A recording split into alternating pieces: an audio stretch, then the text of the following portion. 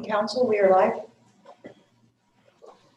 Good morning. Thank you, Madam Clerk. Welcome to the Thursday, May 6, 2021 meeting of Council. I will call the meeting to order and ask the clerk to do a roll call, please. Councillor Short. Present. Councillor Dayu. Present. Councillor Barry. Present. Deputy Mayor Danielson.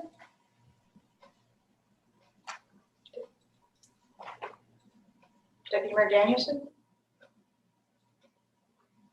Present. Sorry, I was on mute. And Mayor Moffat. Present. Thank you. May I have a mover and a seconder for the approval of the agenda? Councillor Shortreed, Councillor Barry. Moved by Councillor Shortreed, second by Councillor Barry. Be it resolved that the May 6, 2021 Council meeting agenda be approved as circulated. All in favor? It's carried. Thank you. Are there any disclosures of pecuniary interest today? Seeing none. Number 5 is mayor's remarks. I do have a couple of things that I wanted to say. Excuse me.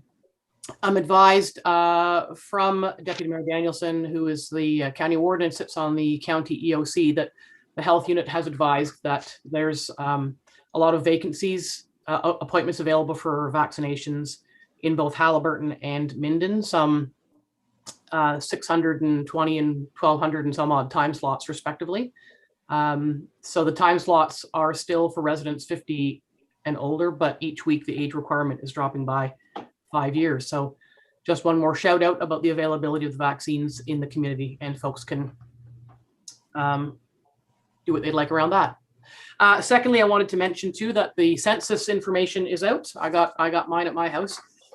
Keeping in mind that since a lot of people think census information is an invasion of privacy, it actually helps the government understand how communities are growing and changing so they can provide for infrastructure and other opportunities. So would encourage those who are receiving the census information to take some time and fill them in so we can maybe get more money as our community grows if the government sees what our needs are going forward. So may I have a mover and a seconder for the adoption of the minutes of the previous meeting? Deputy Mayor Danielson, Councillor Shortreed.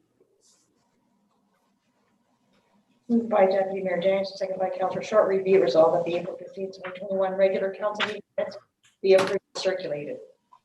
All in favor? It's carried. Thank you. No public meetings, no delegations. Number 9 is building and bylaw business. So we'll bring David in for his one item.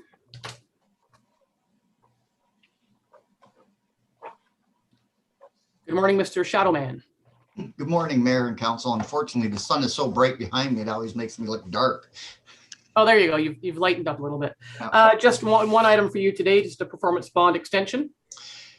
Through you, Mayor, correct. Unfortunately, the COVID is having a lot of impacts on a lot of people. And this particular gentleman, his contractor is not even available till next year. His current bond was supposed to expire in July of this year. So he's requesting an extension so he can get his home built and still be within the requirements of our zoning bylaw by keeping the existing building on the property. Yeah, it's a difficult time for anybody doing any renovations or new builds. Any questions from council on this? May I have a mover and a seconder to permit it? Sorry, Councillor Shortreed and Councillor Dayu. Moved by Councillor Shortreed, seconded by Councillor Dayu. Be it resolved, Council receives building bylaw report BLDG 921, submitted by David Rogers and dated May 6, 2021.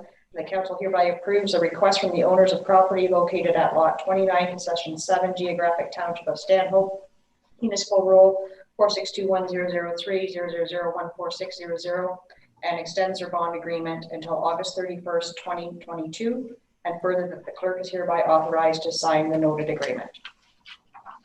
All in favor? That's carried. Thank you. Thank you, David. Thank you, Mayor. Thank you, Council. Number 10 is Parks, Rec and Trails business. So we'll bring in Mr. Card.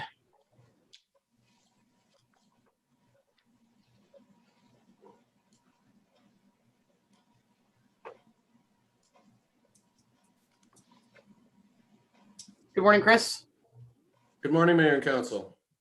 There is actually no resolution here. It's just the bylaw at the end of the meeting, but I didn't know if you wanted to say a word. It's fairly obvious what this is, that this is the circle back for the reduced tower fees. Of course, we know that at the moment, the tower isn't going to be opening given the current situation. That is correct. The only thing I'd add to that is that this was posted as required under the policy publicly in the newspaper between the last meeting and now. No comments were received by myself, so just getting the bylaw passed. Just taking care of business. Any questions from council? Okay, we'll see that come back for ratification at the bylaw section. That's it for you, Chris. Thank you very much. Thank you. Public Works business is next, so we'll bring in Mr. Nicholson.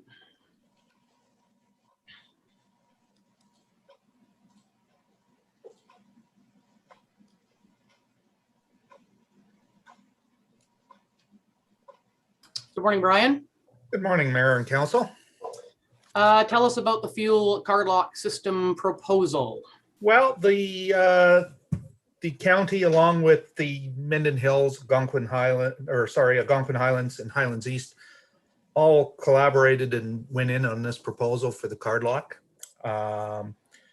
We only got 2 bids back, and after the IT department, Mike March, reviewed it, it was felt that the Camco bid, which was the more expensive of the 2, it came in at $32,997 versus the second bid from Card Tech at $25,950.30, all plus applicable taxes.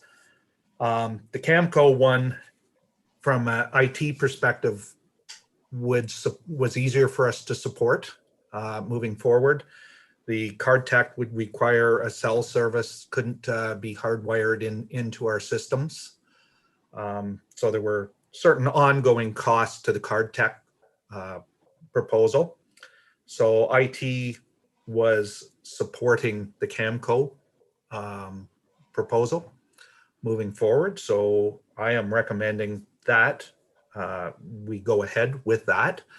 What we're looking at doing is doing the installation 100% in the Dorset Road yard, but because of the proposed new public works yard, we had the proposal worded in such a way that the Stanhope one would be installed after construction.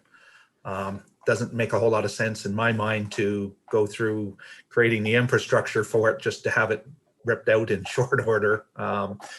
Now, having said that, these costs do not include new fuel tanks. I have got cost for that this past week. The county had done a tender, which we were not part of, but I got previous quotes and the costs were the same as the quotes I'd previously gotten. So the unfortunate part is, over the past 2 weeks, we are going to be forced to replace the tanks at Stanhope because of age and so on and so forth. So to maintain the ability for us to get fuel here, that portion of the install needs to be done regardless. And that's going to add another $10,000 to $15,000 by the time we put the bollards, etc. in. So anyway, I'm recommending that Algonquin Highlands go ahead with this proposal for the Camco Canada installation. And at the very least, you're going to have one of the road yards start to utilize the system and can work out the hiccups by the time it gets installed in Stanhope. So that's okay, thank you for that. And I believe there's at least one question out there. Questions from council? And there it is, Deputy Mayor Danielson. It's sort of a now twofold question. One is that from what you're saying, the price from Camco is guaranteed even though the installation is delayed? yes, they signed on their dotted line with that, which I got to be honest with you, kind of surprised me because we didn't have an end date to that construction. Yeah. Nor did they reach out to us to say Hey. where are you in this process? So, Yeah, I was kind of wondering about that, and I did sort of wonder why, and even more now when you're saying we have to replace the tanks, why we couldn't go ahead with the installation of the fuel system, even though there isn't a shop in place. I understand there's probably a certain amount of earthworks and things that might need to be done in advance of that, but I'm just kind of wondering. well, from the drawings, I forget which option number it was that was chosen, option 3 for the new works garage. It shows the shed, if you're familiar with the shed that's down there, or the garage structure. The current fuel system is located right beside that. And the new system will need electricity, and it's showing that whole structure being moved. So you would be doing electrical work, you would be doing like some concrete pedestal work for the equipment to sit on, so on and so forth. And that would all just have to get ripped out. And then, you know, sort of in the interim, it's going to be sitting out in the middle of nowhere, so to speak, when they move that to be able to do their construction works. So I just felt it was better to not have that disturbance, and will be in ownership of a piece of equipment that will be moved around and potentially damaged, so on and so forth. You know, like I say, we knew we had to replace the tanks, but the fuel companies did an inspection over the last couple of weeks, and we got notified that we need to replace them sooner than later. So, like I say, hadn't planned on doing that at this point in time, but we have to. Another little nudge to move forward, and maybe a nudge for us to move forward with the garage. Yes. Brian, so if the company didn't appear to notice or ask, could that be problematic going forward? They should know that it's not going to be installed immediately, or do they know that? Without pulling up the tender to see precisely how it was worded, but just basically it was, you know, this was to be installed after construction or something of that nature, no timeline, so on and so forth. Could there be a discussion had later? Absolutely.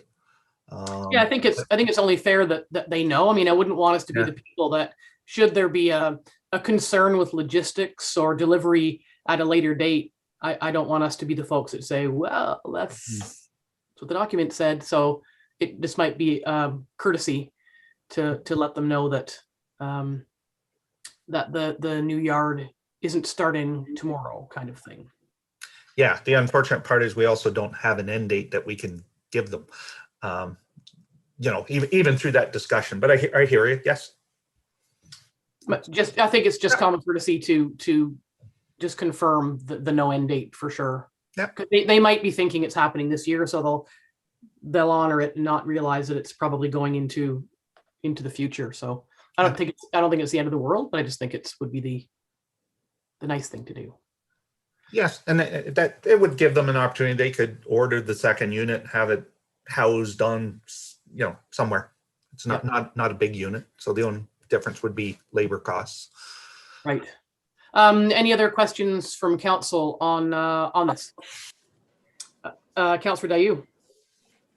I'm sure I know the answer to this, but just to hear your thoughts, Brian. Presumably, there's no problem with having a hybrid system for a year or two, or possibly 3, where we've got the new fuel card lock and then the old written method. That's going to be fine. Yeah, it's not going to be as streamlined for our accounting folks, but they're already dealing with an automated system for the gasoline powered vehicles that get fueled at the airport versus our equipment and diesel powered stuff where it's all being written down. So it's going to add one more layer to them. They're going to have 3 layers to deal with for a period of time instead of 2, because they will have 2 different automated systems. And then of course the pen and pencil. So. Okay. Thank you. Pen and pencil, it sounds so old timey, isn't it? Archaic. That's right. Okay, if there's no further questions, may I have a mover and a seconder for the card lock system? Deputy Mayor Danielson and Councillor Barry. Moved by Deputy Mayor Danielson, seconded by Councillor Barry. Be it resolved that Council receives Public Works Report PW 2021 fuel card lock proposal submitted by Brian Nicholson and dated May 6, 2021, and that Council concurs with the recommendation made in the said report and accepts a proposal from Camco Canada Inc. in the amount of $32,997 plus applicable tax, and that Council authorizes the Mayor and Clerk to sign an agreement awarding the request for proposal 2021-2A to supply the card lock system pertaining to Algonquin Highlands. All in favor? That's carried. Thank you. Secondly, Brian, for you is just the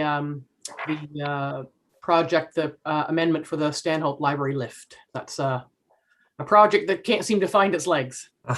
It just seems to be the project that just keeps on giving. Anyway, we had difficulties with the contractors not wanting to purchase the lift, and funding runs out, and anyway the job ends up in nowhere land. So anyway, we've Janie reached out to the Employment and Social Development Canada for me, asking for an extension to the end of the year. Let's go big. Way things have been going, and it has been granted. So this hopefully will allow the lift to be ordered and the job to move forward. Famous last words. I don't know what else I can tell you. It's just trying to keep it moving. Yeah, I think that's all we can do, and it's nice that it's good that the extension was granted. I'm sure it's not the only extension that's been granted around a number of projects related to any kind of funding. So, are there any questions from council on any aspect of this? And if not, may I have a mover and a seconder? Did have a question. Oh, go ahead, please. I would understand if you were reporting that the contractor has delays because they've got too much work to do, or, I know that all the contractors are kind of backed up with work, but they didn't want to order the lift. I don't understand how there would be a delay in ordering unless the supply of the lift was delayed by whoever supplies it. Well, there is a delay at the lift company. Everything's specially made. So where we were looking, I believe, at sort of 6 to 8 weeks pre-COVID, I'll say, we're now looking sort of 10, 12 weeks for delivery. So by the time everything got sorted out, the deadline for the project was outside of that 12-week period. So we were getting into a position where we may have stuff ordered and be out there in a production line, and yet we didn't meet our funding timelines. Okay. That's where does the job stand at that point in time? Does the contractor get stuck with the lift? Or are we going to go ahead with the job 100% costs? So anyway, we've worked our way through it to this point and can move on. Thanks, Brian. Thank you. Councillor Dayu. Yeah, I really do sympathize. Supply chains for industry have just been undergoing such havoc when you can get 90% of a thing and then that particular bolt isn't available because there's a backlog because of something, and it's all COVID related, and so you can't get your final product with these multi-component items such as lifts. So I do sympathize, and I'm sure the government also completely understands that that's what's going on these days. Yeah, absolutely. Yeah, thank you. So may I have a mover and a seconder? Did I already have that? No, mover and a seconder to receive this, please. Councillor Shortreed, Councillor Dayu. Moved by Councillor Shortreed, second by Councillor Dayu. Be it resolved that Council receives Public Works Report PW 2121 Stanhope Library Accessibility Lift submitted by Brian Nicholson dated May 6, 2021, and that Council authorizes the Mayor and Clerk to sign the amended agreement between the Township of Algonquin Highlands and Employment and Social Development Canada to extend the project completion date to December 31st, 2021. All in favor? It's carried. Thank you. Thank you, Brian. Thank you. There's no fire services business or finance. Administration business is next, number 14. And the first report is the clerk's report on voting methods. Thank you, Mayor and Council. Before Council is a report recommending Council consider the use of the internet telephone voting for the 2022 election, as well as to start work, should Council concur, on a joint RFP with any local municipalities that are participating. The clerks from the 4 local municipalities did meet and discussed bringing a collaborative approach to the election 2022 and recommending, again, the use of internet telephone voting. The report highlights the alternate voting methods, obviously internet telephone and a vote by mail.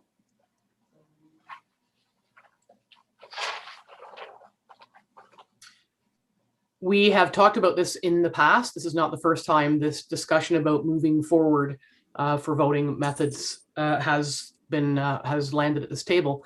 And I think our previous conversations were around sort of not being ready, and looks like the time has come.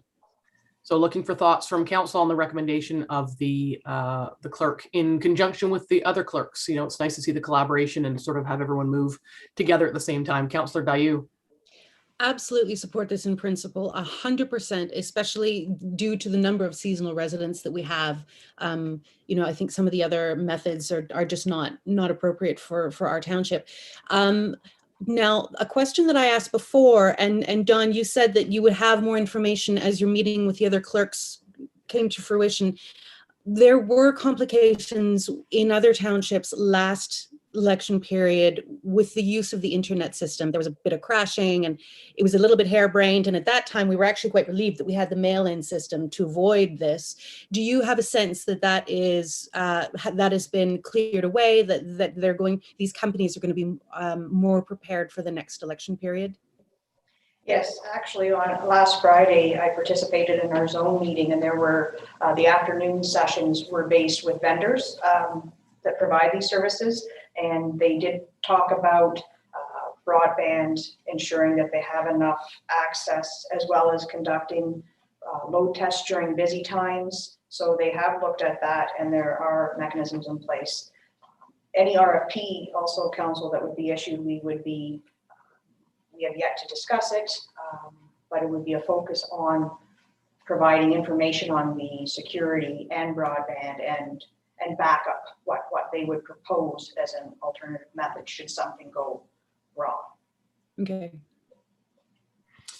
And Dawn, could you just speak a little bit about the requirement for staff for the municipality to provide an accessible location? You know, in conversation, the obvious location for equipment to be made available is the Dorset Rec Centre. However, so if you want to take us through that, just so folks know the challenge there. Yes, in order is when you set up, so for internet telephone voting, during the voting period, what staff would have available is a voting location area for anyone that needs help to be able to come in and get assist with voting, or if they want to use internet and they don't have a stable connection, they can come to this voting center and vote. Anytime you allow a voting area, it needs to be accessible.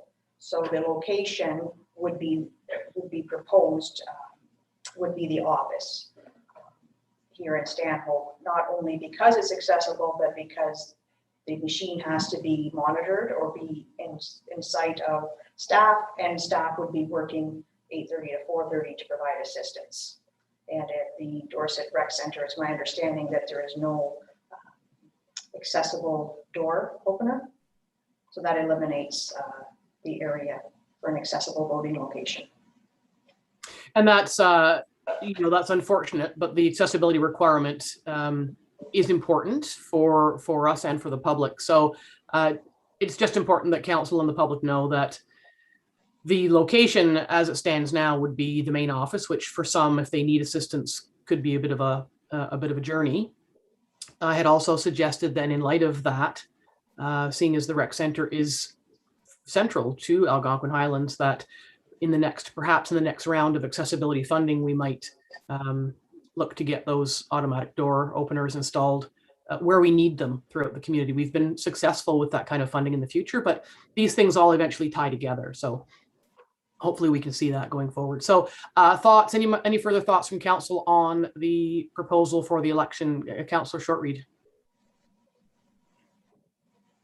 I agree with Councillor Dio. I think the time is right for the internet to move along and to have the telephone voting as well. Mm-hmm. I think those two options will give everyone an option. Yeah, I'm going to go to Councillor Barry and then back to Councillor Dayu. So in the proposal, there will be the accessibility access this time in Stanhope. Is that what you're saying? Yes, the required accessible location for assistance to the public by staff will be in the North Shore Road main office, because that's where staff work and it's 100% accessible. Mm-hmm. Okay, thank you. Councillor Dayu. Question about costs. I see that in your report you've written the last election period, the cost was approximately 19,000, but it was only in 2 wards plus public education. The cost moving forward for 2022 would be 30. Is that a one-time cost that would be reduced in future election periods, or would that be more or less the cost that we would be looking at in each subsequent election period after that? Yes, the cost is based on per elector, so it would all depend on how many electors, eligible voters. The more you have, the reduced rate it is. So it may vary from election to election, but that's how it's cost. And then the additional cost, of course, for any IT equipment that may be required, any additional cost for IT support. Public education will be a big one because it's new to our voters. So there'll be additional costs this time around. There'll always be public education, but we're focusing heavier on this time around. Okay. And there hasn't been a paper vote in Algonquin Highlands in 4 elections. 3 elections, 4 elections. There's the mail-in is considered paper because you put a mark on a piece of paper and put it in the mail. But the day of going out to the town office and putting your little X in a box hasn't been in place for many years. Deputy Mayor Danielson has her hand in the air. 2 questions for Dawn. I'm wondering what the voting period would be. We will set that when we do our policies and procedures, but generally it's a couple of weeks that it's open. We don't like to send from the last training that we went through or that I participated in. If you send it out too early, the letters get lost, and so it's generally around a 2-week time period that we would have the voting open. Yeah, I just wanted to. I know that this, because it is new, it will be new to some people within Algonquin Highlands, and I suspect that there's probably still the odd holdout that would like to get their little ballot package, and even if it's a mail-in. So there was no appetite whatsoever by the clerks to do any kind of combination of voting. And we discussed that, and although it's council's decision, the hybrid model, we talked about, it's very labor intensive, it's very costly. You need 2 sets of procedures, one for internet telephone and one for whatever other method you would choose to use. Hiring staff, it's challenging. So the recommendation is to go with internet telephone alone. Yeah, I'm really pleased to see, that the clerks are working so much more closely together as time goes by, and well, actually, I mean, there's a lot of our staff that are collaborating more and more with their other municipal partners. So it's good to see this consolidated recommendation. Having said that, then may I have a mover and a seconder for the voting methods? Deputy Mayor Danielson and Councillor Dayu.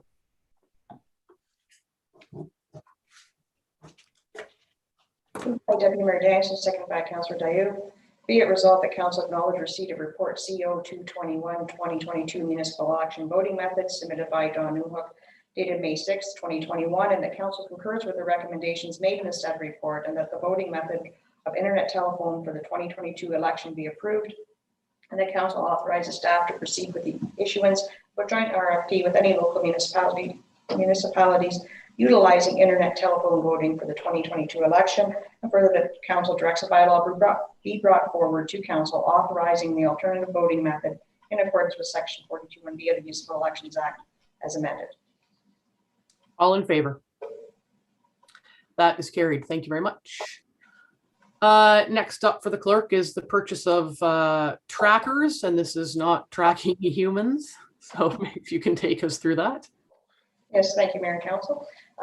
The request is to purchase 2 trackers, and that's what they're referred to for the agenda software. These trackers, the one is a bylaw where we would be creating bylaws right in iCompass software. It will assist with accessibility, as iCompass has indicated that we can create them in the HTML format, which is accessible, helps us to meet our requirements under the Act. It'll also serve going forward as a searchable database. We are able to link bylaws together that have been amended or repealed. And the second tracker is a conflict of interest. When council declares an interest, what staff would do is just type it right into the software, and it would upload automatically to the public registry, as opposed to updating a Word version, converting it to a PDF, having to contend with accessibility issues, and then have our website administrator upload the PDF to our website. It would all be done in the software. So I'm just looking for council's approval. The cost is $800 a year. It's $400 per tracker, and it would just be added on to our existing agreement with Diligent. Thank you for that. Continually moving forward, we've invested a lot of funds that we've received in modernization of processes and digitization. I see this as certainly one more step to streamlining the agenda process and the back of house administrative process. When Don was explaining earlier about having to create Word documents and then transferring, turning them into PDFs, and then it's just like a 3 or 4 step process where this will just make it one and let folks carry on with the rest of their duties. Thoughts, questions, concerns from council on purchase of trackers? Pretty straightforward. May I have a mover and a seconder for it then? Councillor Barry, Councillor Shortreed.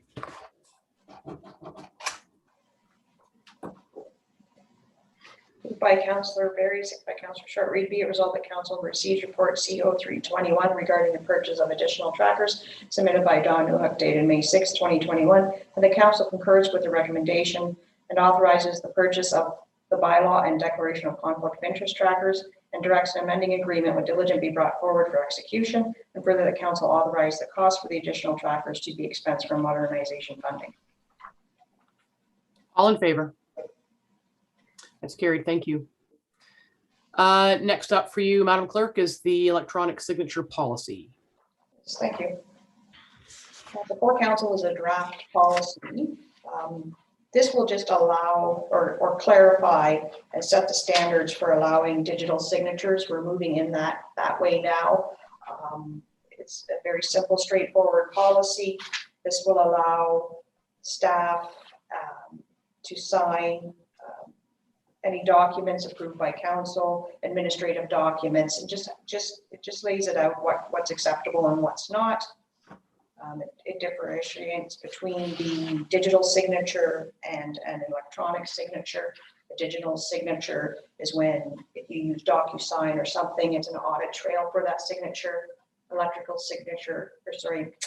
electronic signature allows for emails, which we do now, an image of your signature to be pasted into a document, and it'll streamline our processes and help reduce on paper documents as well, as they can be stored electronically. Terrific. Thank you for that. Questions or thoughts from council on moving in this direction? Looks like concurrence right across the board. May I have a mover and a seconder to accept this report and move forward? Councillor Shortreed and Councillor Dayu. Shortly, second by Councillor Dayu. Be it resolved that council acknowledge receipt of report CO 421 electronic signature policy submitted by Don Newhook dated May 6th, 2021, and that council concurs with the recommendations made in the said report and directs the bylaw be brought forward to adopt the electronic signatures policy. All in favor? That is carried. Thank you. The next item is a CAO report, and we are without our CAO today, unfortunately. But I don't know, Don, if you, the document's pretty straightforward. I don't know if, Don, you want to speak to it, or I can either way. Yeah, these agreements were with the previous owners of Robertson's General Store, and as we know, it's changed hands, so the new owners have to enter into these agreements for the Wi-Fi services. They are the same as, there's been no changes from the original agreements. Mm-hmm. And these agreements and antennas are integral to our commitment to have lit up downtown Dorset with public Wi-Fi. So that's the next step on that. Any questions, comments, concerns? Deputy Mayor Danielson. Just for clarity, so the LCBO building is also owned by the owners of Robinson's? Okay. It is. Anything else? Any other questions? May I have a mover and a seconder, please? Deputy Mayor Danielson and Councillor Dayu.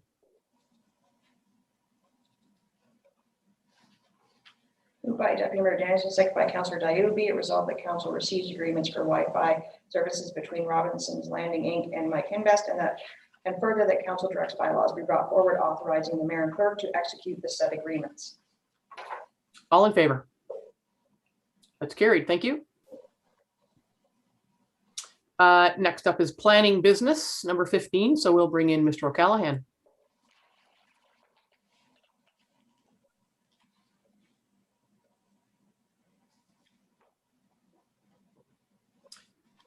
Good morning, Sean. Good morning. First up for you is the site plan application for Claru.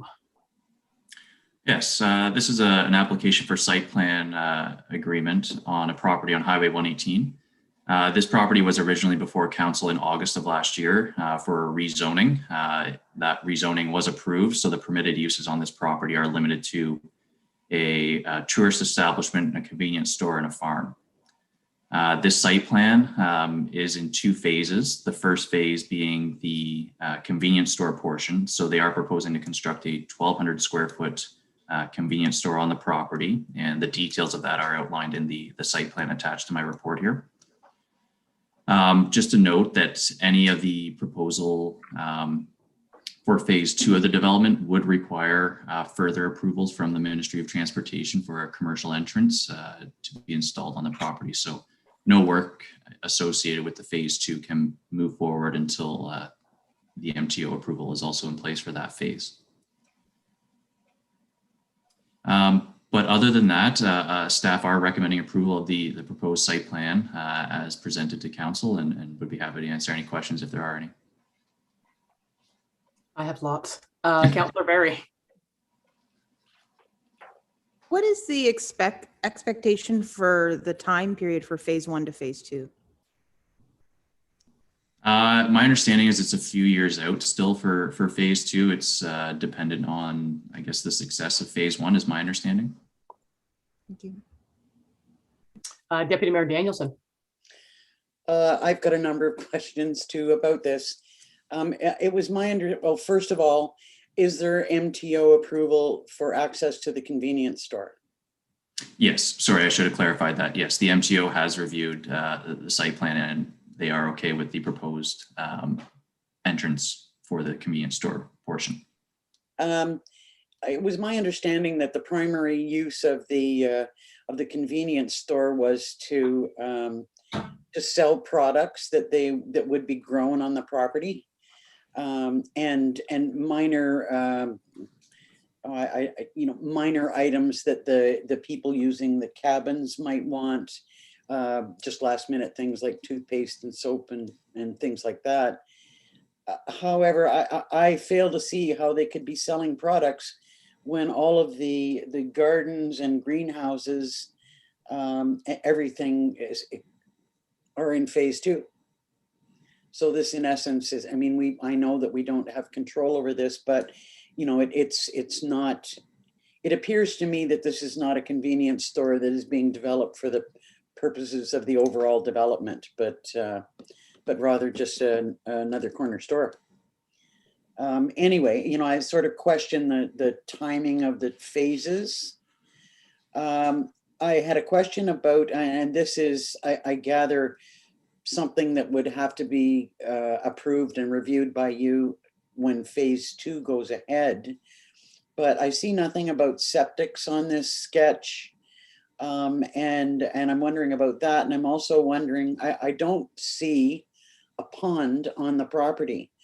So I'm wondering about the development of a pond and what sort of approvals might be required if there's excavation or they're tying into some other water source to maybe enlarge a small water body or marshy area that's there. What might be required with respect to that? Yes. So my understanding is there is an existing pond on the property. I believe all the necessary approvals were in place for that. With respect to the septic systems, my understanding is it would be a system that would not be under the jurisdiction of the township, but rather the Ministry of Environment, Conservation and Parks, given the capacity of the system.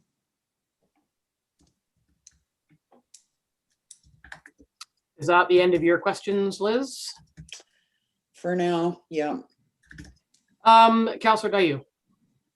2 questions. Just first on the septic system, but they will require a septic for the store, presumably because they don't have the approvals for the tourist establishment. They can't build the bigger septic system yet. So is there not going to be a smaller septic system just for the store? Because I don't believe you can have a store without a septic system. Yes, a septic system will be required for the store. Unfortunately, I don't have the details on the size of the system. Okay. And then my second question would be actually back to Deputy Mayor Danielson's point about phasing.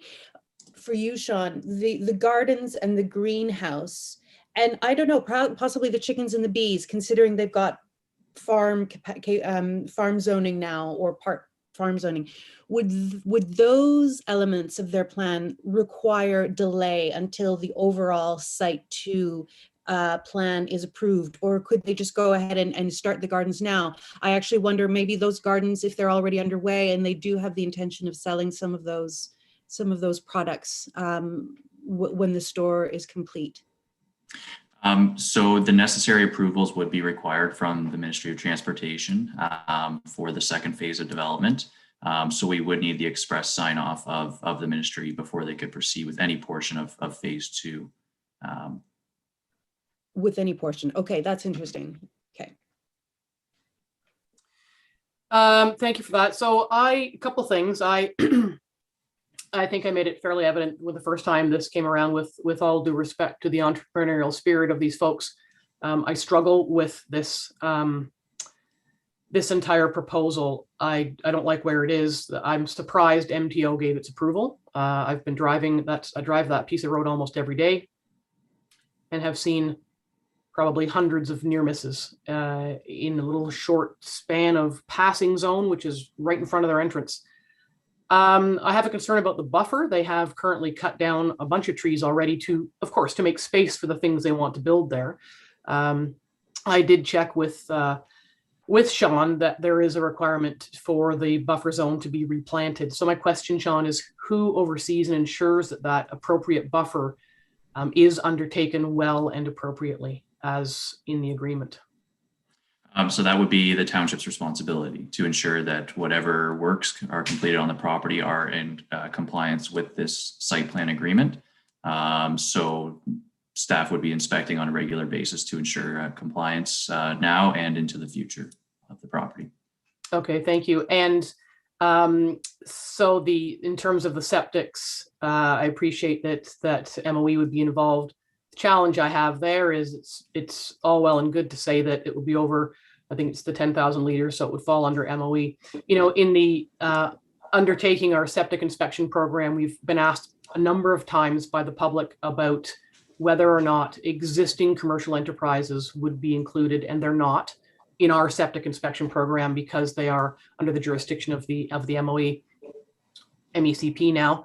And I did reach out to a contact there in response to public inquiry, and was told basically that they don't have the manpower to be inspecting commercial septic systems. So I almost want to put a pin in that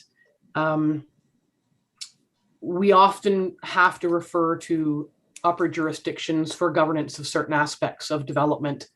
And I'm sorry, but I don't have faith in some of those upper jurisdictions to actually undertake the diligence that they're supposed to.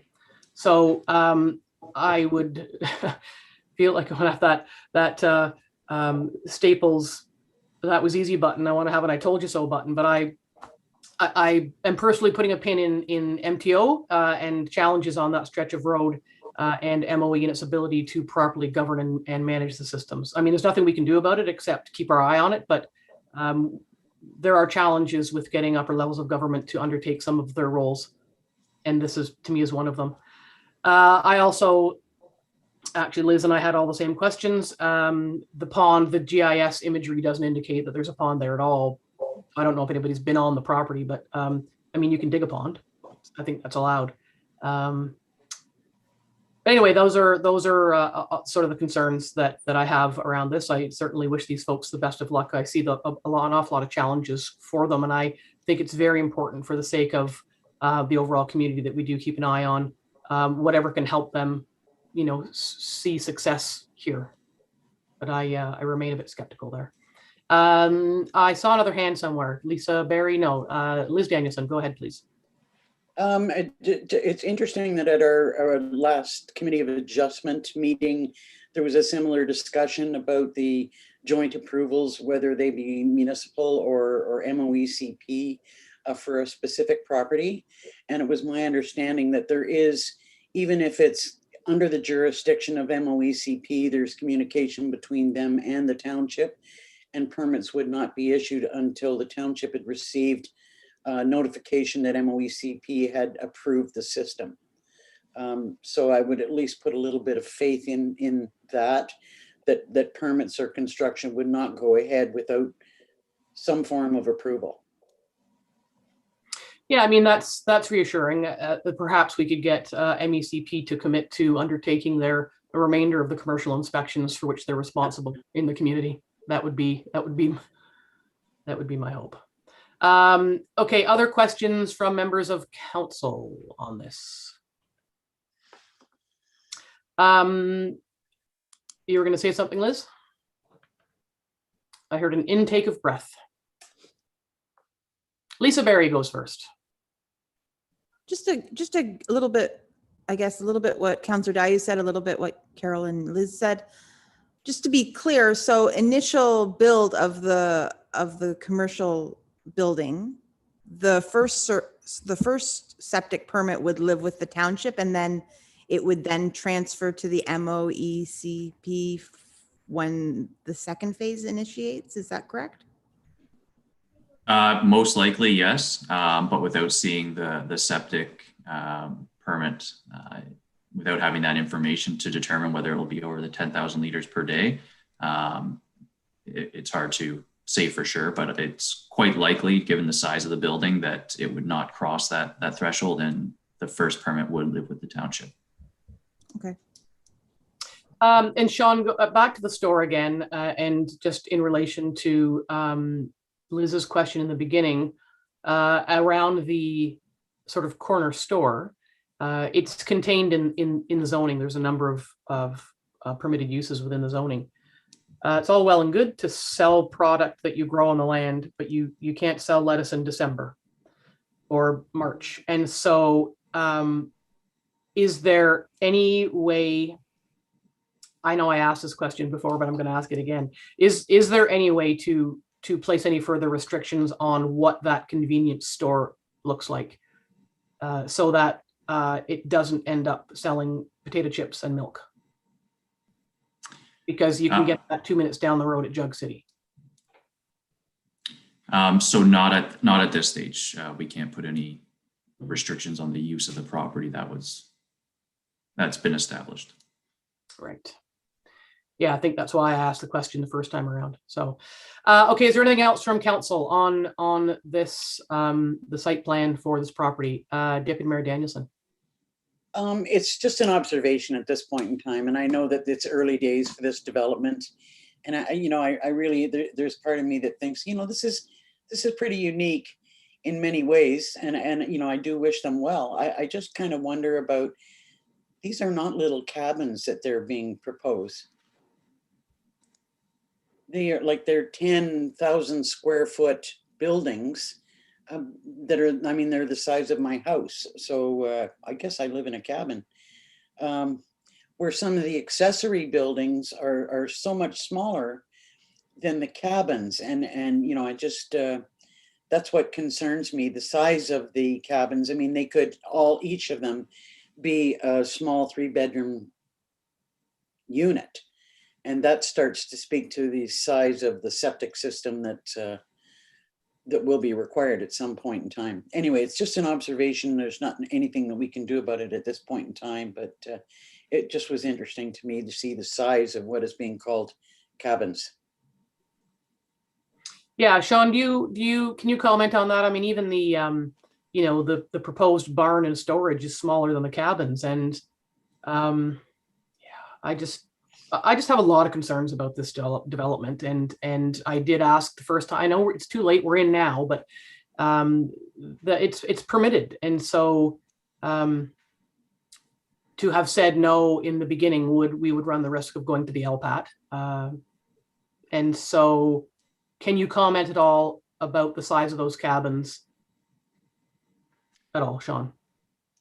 Certainly. So, what's being proposed does fall within the zoning requirements as far as lot coverage is permitted. I know that what's being proposed, I believe they're around 875 square feet. There's a total of, sorry, I'm just counting them quickly here to confirm. 10 cabins, yeah. It is a large piece of property. It will be buffered. From what I've reviewed, it does comply with the zoning bylaw. Right. Lisa Berry. You said that they're 875 square feet? Yes. Does that fall within the building code? Yes. Yeah. Anything over 108 square feet requires a building permit.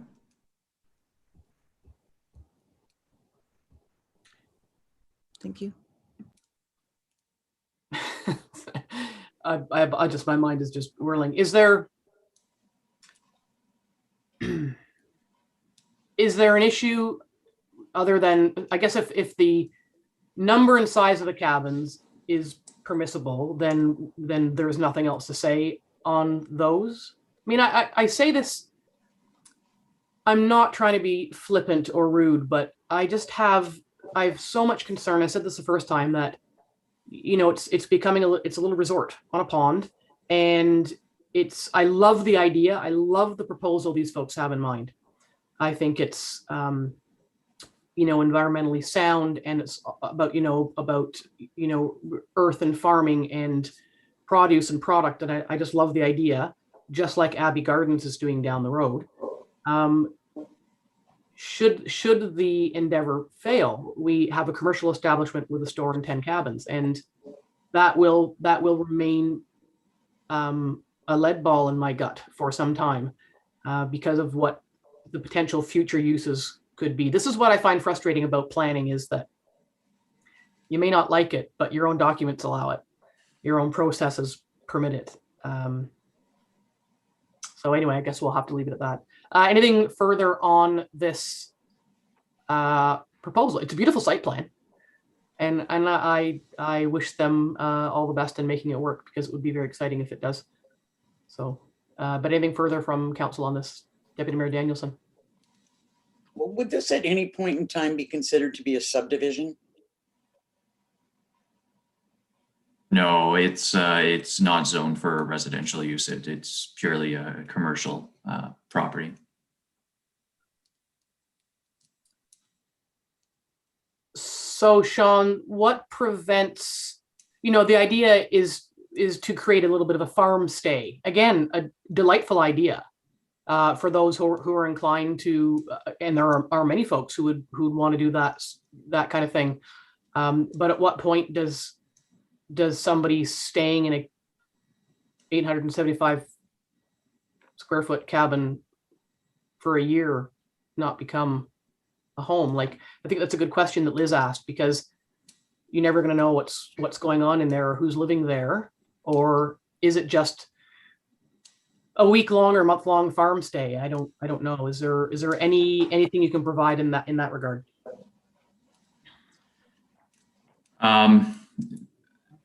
I don't believe there's a set timeline on how long someone could stay at or rent a cabin for. It's something that would have to remain a commercial use with the ability for the vacationing public to use them, whether the stay is for a week or 2 weeks.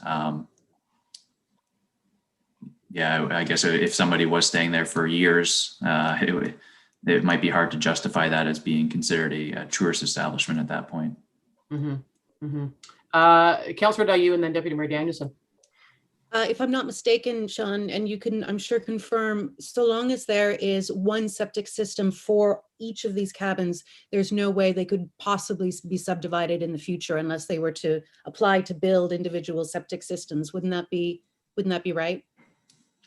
Yeah, there's several reasons why they would not be able to sever these properties. And I do suspect, as a resort owner myself, if I may take off that hat for a moment, looking at the size of these cabins, the cost of building these cabins is going to be so high, presumably, especially with, building supply costs being what they are, that short-term rental will probably be the only way they'll be able to to sustain those costs. And I know I'm going where I shouldn't, because I don't know anything about their finances, but a short-term rental will create more income than a longer-term rental. And I imagine costs are going to be very high to put those in. So I would suspect that there would be more of a short-term rental plan on cost basis alone. If I might keep my resort owner hat on for just a moment longer to concur that I do see that they may wish to seek some more support and advice from the resort community regarding barns and storage and things like that before finalizing site plan number 2, because I think there are some areas there that have nothing to do with council that I concur with the concerns around the council table. And I hope I wish them all the success in the world. And I hope they think about some of the logistical details a bit more so that they can be successful. Yeah, I look forward to getting my produce there and apologizing for my skepticism at the front end. That's what I look forward to. So we'll leave it at that. Deputy Mayor, go ahead and we'll wrap this up. Yeah, just one comment. I guess the question about whether it's a short-term or long-term use, the same argument could be made for any resort in the region. I mean, we have no idea how long people stay in cabins that are available, and there is a shortage of housing. So anyway, yeah, it would just be interesting to see how this progresses, and we'll leave it at that. Mm-hmm. All right. Well, that was well chewed. Thank you for all the input. And may I have a mover and a seconder to receive this report? Councillor Barry and Deputy Mayor Danielson. Moved by Councillor Barry, seconded by Deputy Mayor Danielson. Be it resolved that Council receives planning report PL 121, prepared by Sean O'Callaghan and dated May 6, 2021, regarding the site plan application by Claroux for part of Lot 19, Concession 2, Geographic Township of Stanhope, and that the mayor and clerk be authorized to sign the site plan agreement on behalf of the Township of Algonquin Highlands, and further council directs the bylaw to place the subject land as a site plan control area be tabled for further consideration. And further, the council supports the proposed site plan application subject to the following conditions. One, that the applicant enter into a site plan agreement with the Township of Algonquin Highlands and it be registered on title. All in favor? That is carried. Thank you. Report number 2 is an application for consent in the name of Roland. Yes, application for consent H1821 was received from the County of Haliburton for council to review and provide comments. This will be the first time that council has considered this proposal. The application was not received by the township for pre-consultation comments prior to the county accepting the application and deeming it complete. In discussion with county staff, they could defer the application should council wish, so that the township can provide these pre-consultation comments first. Or if council wishes, the application could be supported by council and formal comments submitted to the county so the application can proceed through to the Land Division Committee. This proposal is to sever a piece of property that inadvertently merged, so it is a fairly straightforward application.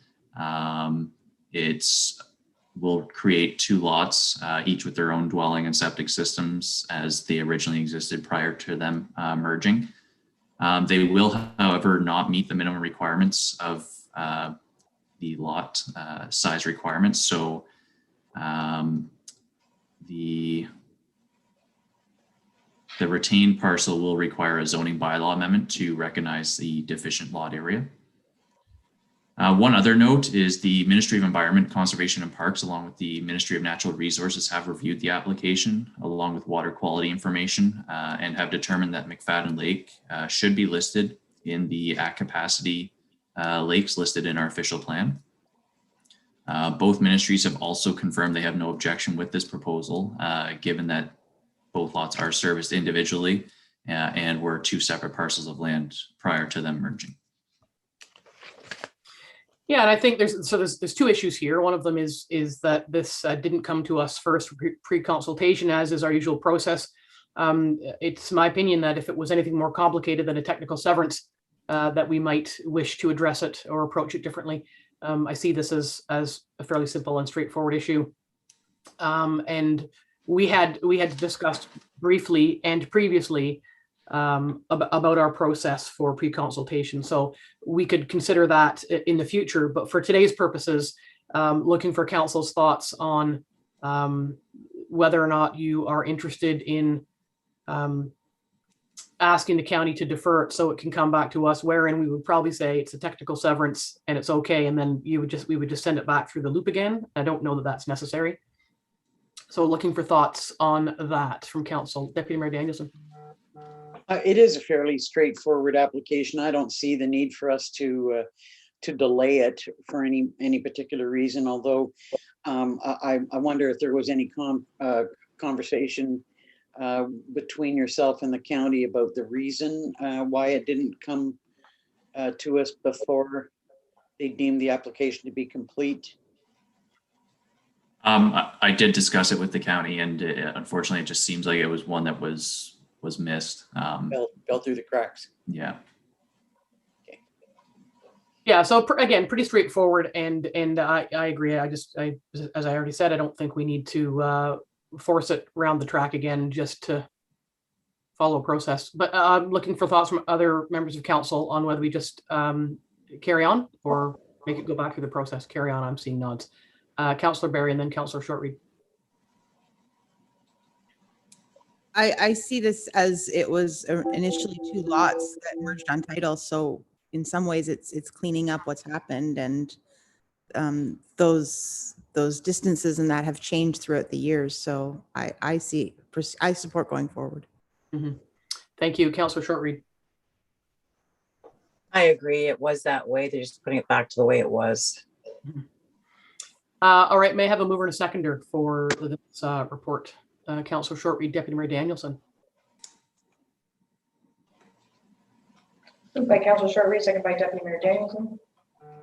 Be it resolved that council receives planning Planning Report PL 2621 prepared by Sean O'Callaghan and dated May 6, 2021 regarding proposed severance of lands located at part of Lot 16, Concession 6, Geographic Township of McClintock, located on McFadden Lake, Roland. And further, that council hereby approves consent application H1821 as submitted, subject to the following conditions. 1, payment of taxes, including penalty and interest. 2, the proposed severed lands be rezoned to recognize deficient lot area and frontage. 3, the proposed retained lands be rezoned to recognize deficient lot area. 4, a copy of the draft reference plan be submitted to the planner of the Township of Algonquin Highlands for review and comment prior to the registration of the plan. And 5, settlement of 5% parkland dedication for cash in lieu in the amount of $1,000 for the severed parcels shall be paid to the Township of Algonquin Highlands pursuant to Section 51(1) of the Planning Act. All in favor? That's carried. Thank you. Application for consent pre-consultation for Silvertown. Yes, this is a lot addition proposal that's been submitted for pre-consultation comments for a property on Quagma Lake. The purpose and effect of the severance would be for a lot addition only. An area of approximately 1.7 acres in area is proposed to be severed and added to the adjacent lands to the south. The retained lands are currently developed with a single family dwelling, a detached garage, a boathouse, and a dock. There's currently a single family dwelling being constructed on the benefiting lands, as well as an existing boathouse and dock. The end result will continue to be 2 properties, each with existing structures. The zoning bylaw provision 4.11.3 recognizes that a lot addition to an existing undersized lot will be deemed to comply with the minimum lot frontage and area requirements. In this case, the benefiting land would be deemed to comply, and the retained parcel will continue to meet minimum lot area and frontage requirements, so no rezoning of either lot would be required. Based on this information, staff are recommending approval in principle of the proposed severance application. Thank you. Sean, right beside the blue hatched area, the benefiting lands, 19R 3691 parts 1 and 2, are they, that's a separate property? Is it? I'm assuming? Sorry, it was part 1, 19R 3691. Yeah, so beside the blue hatched area is and in front of the red lands to be transferred, I'm presuming is the neighbor's, that's somebody else's cottage or house is in there. Yes, I believe so. I'm just going to check the GIS map. Doesn't show as separate lots on the GIS.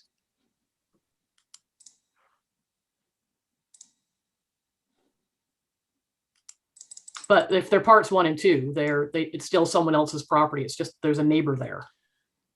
Yes, I presume it's several parts making up that adjacent lot. Yeah, that's what I thought. Okay, thoughts, questions, comments from council? No.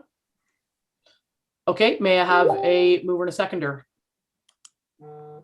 Councillor Shortreed, Deputy Mayor Danielson. By Councillor Shortreed, second by Deputy Mayor Danielson. Be it resolved that council receives planning report PL 2721 prepared by Sean O'Callaghan and dated May 6, 2021 regarding proposed application for consent pre-consultation located on part of lot 19, concession 12, geographic township of Sherbourne, located on Quagga Lake. And further, council supports in principle proposed severance subject to the following conditions. 1, payment of taxes, including penalty and interest. 2, settlement of 5% parkland dedication or cash in lieu in the amount of $250 for the severed parcel shall be paid to the Township of Algonquin Highlands pursuant to Section 51(1) of the Planning Act. 3, confirmation the right-of-ways known as Quarter Lane, Macomb Point Drive, and Laser Lane will continue to provide uninterrupted access to those who currently use it. 4, a copy of the draft reference plan be submitted to the planner of the Township of Algonquin Highlands for review and comment prior to the registration of the plan. And 5, the severed parcel merge in title with the benefiting lands. All in favor? That is carried. Thank you. Next up is, would council like a quick break before we get into the meat of this conversation? Or I'm seeing nods. Okay, so let's, it's just about 10 past. Let's come back at about 20 past. Is that all right? Okay, well, we'll see your smiling faces back here in about 10 minutes.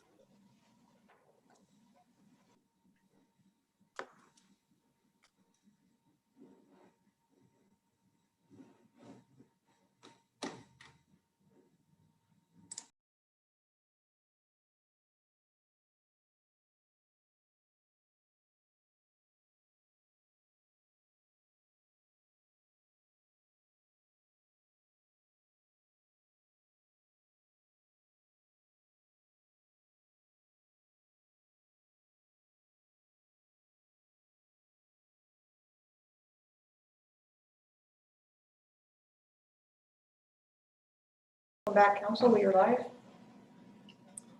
Thank you very much, Madam Clerk. We are back at item 15D, which is our continued exploration of possible options of shoreline use across township roads. So Sean, if you wanted to bring us up to speed with your report. Certainly, yeah. So there were several questions raised at our last meeting about this topic. So I have reached out to Mr. Ewert, and I hope that we can provide some clarification to those questions. So with respect to the length of time a policy, a license would be valid for, we would not be restricted to the time frame in the Planning Act. However, that being said, industry standard is around 10 years. So I've changed the policy, the draft policy, to include a 10-year time limit. It's also been amended to permit a pump house under a license agreement and to only limit the width of a dock and not the length in order to be consistent with the zoning bylaw and the current provisions there.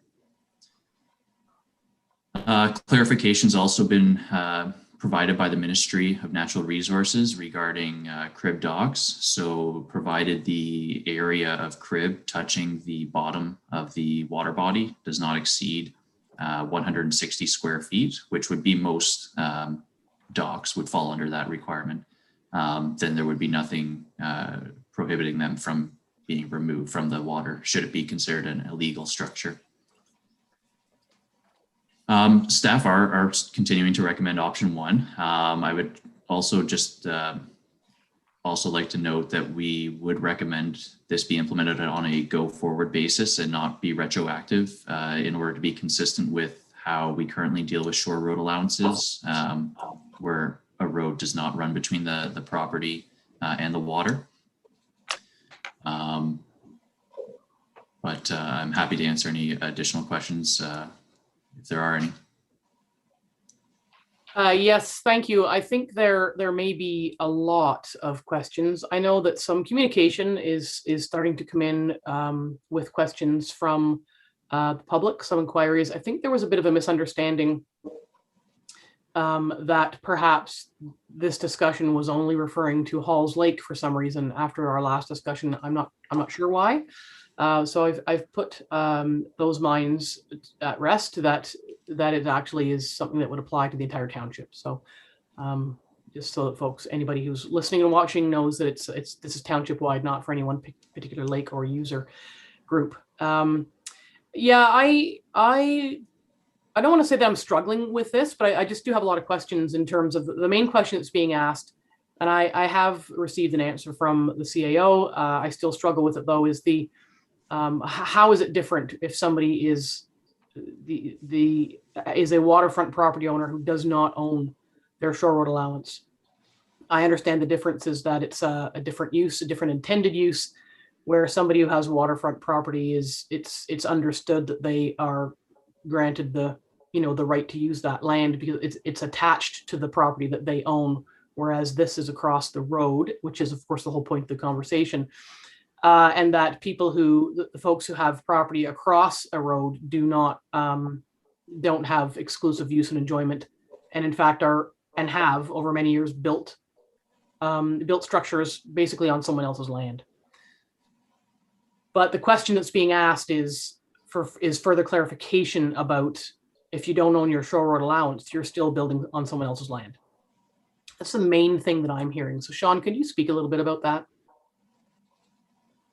Yes, so currently under our zoning bylaw, we do permit structures.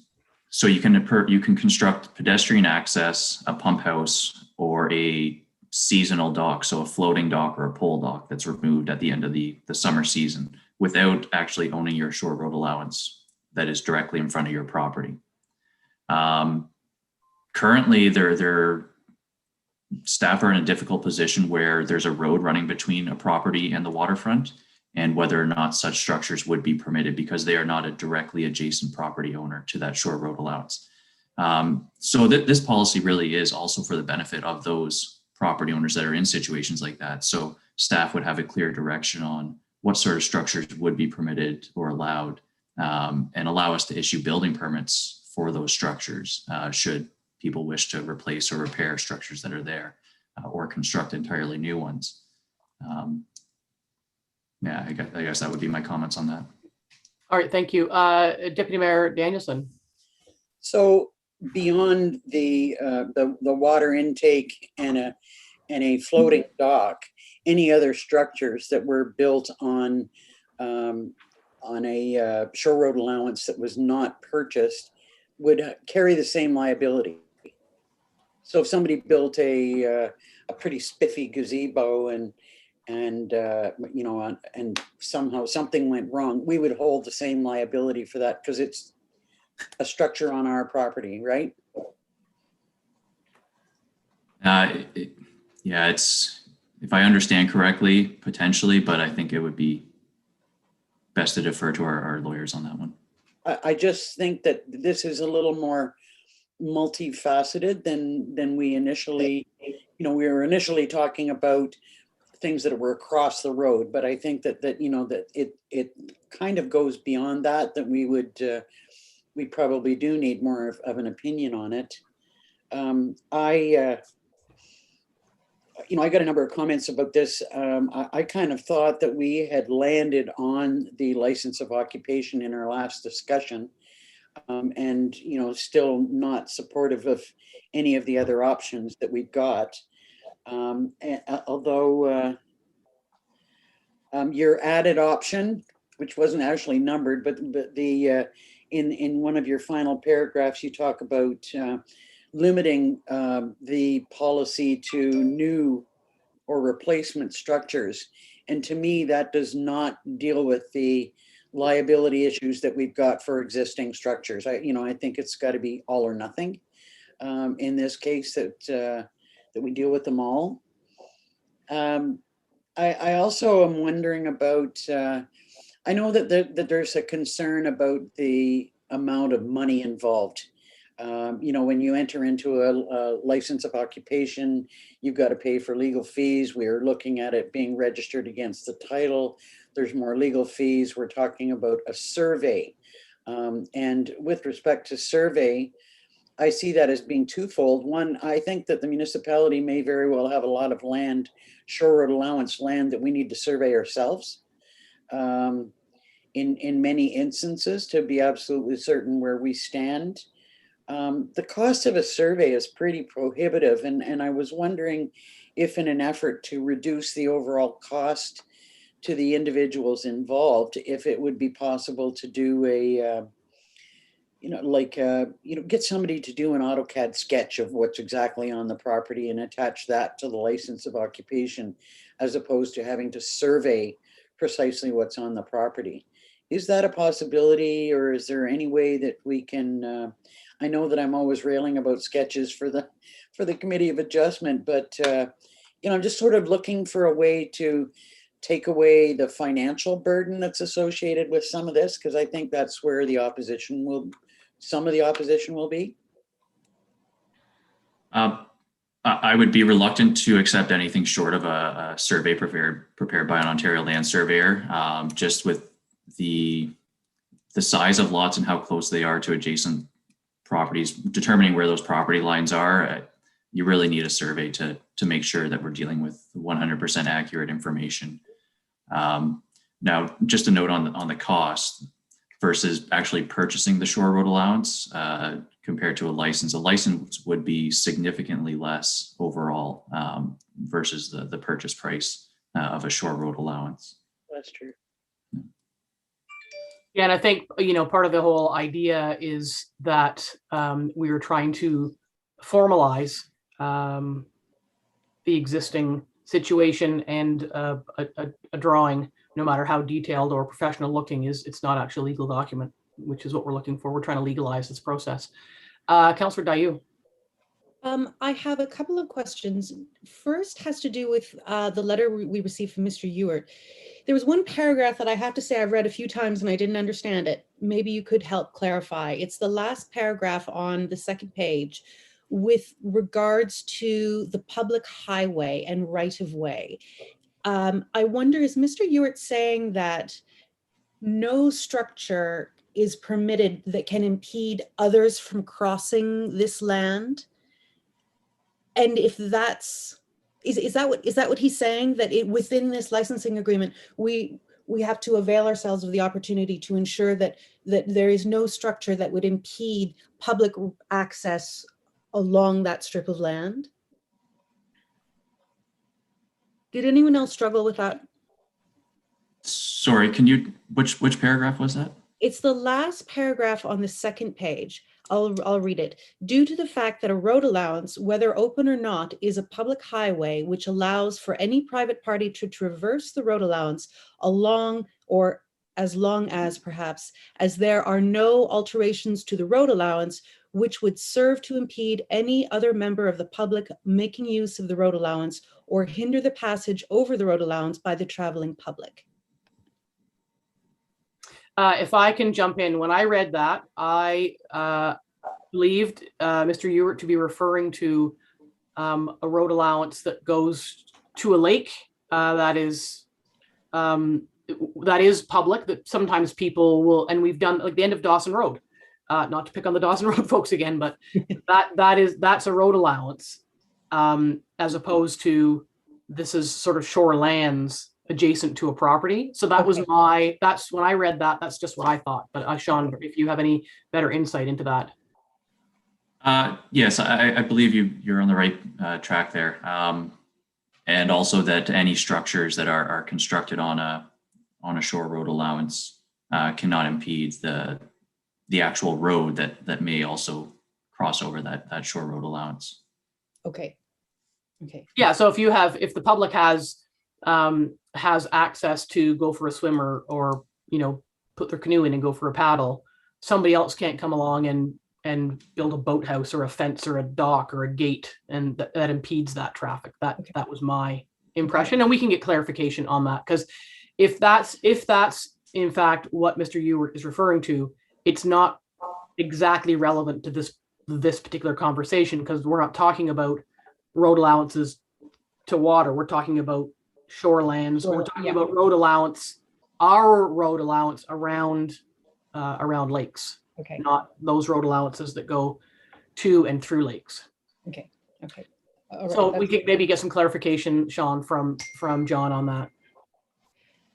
And then my second question has to do with this go forward proposition that I admit I am not opposed to in principle. The idea of calibrating our approach to shore road allowances which are adjacent or adjacent to properties versus the ones that are across the road, wherein current structures would be allowed to remain, but if you want to do something considerably different or major repair in the future, that's when you have to enter into this agreement.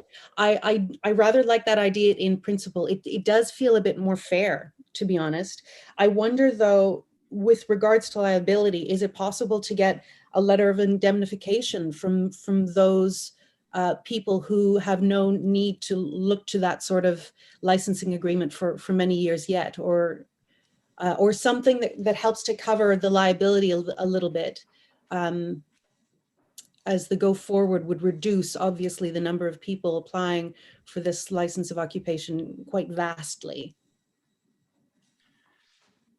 I mean, we can certainly explore those options. I'm reluctant, just the logistics of having to go over each individual waterfront property in the township and determine whether or not they own the shore road allowance would be no small undertaking. It would take significant staff time and resources simply just to establish whether they own the shore road allowance or not, but then also to process the hundreds of applications to deal with the closing of all those. That would be a big job. Yeah, and that certainly was one of my questions, is, as has been noted in the report, is a significant resources was the phrase, and what would that entail? So if it's if council wishes to move forward with getting a license of occupation for everything that exists, then yes, as Sean has said, that's a tremendous job. And that's sort of what this continued exploratory conversation is about, is I agree. I don't know why we would do it unless we were going to do, but why would we leave a portion of the community in a potentially, libelous situation, but the other people moving forward have to have a license of occupation that prevents that situation from occurring, when it almost seems like that inequity. So it either applies to everybody or it doesn't. And I do realize that in planning, there are often changes made in planning processes that provide for the legacy of certain structures and situations. So I think that's part of the consideration is, how far are we prepared to go? I think the main question is, what's the goal here? If the goal is to eliminate liability by having structures that are permitted, insured, and wherein the township is indemnified, then to me, it is everybody. But then you have to weigh that against how big a job that would actually be. And so I have concerns in both of those. I don't know why we would only do part of the community and leave the other part open, unless the idea is eventually it would catch up over many, many years. It would eventually catch up. Deputy Mayor Danielson and then Councillor Shortreed. Yeah, I understand, what Councillor Dayu is trying to, alleviate the amount of work and angst associated with some of this. But I agree that if we're going to go ahead, it's kind of an all or nothing thing.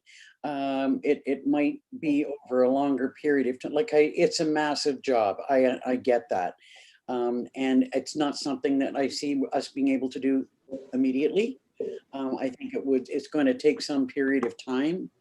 I know you said, let's start looking at this in September, Sean, and or January. For sure, I can't see us being able to do anything before January, because we're still struggling with so many aspects of this.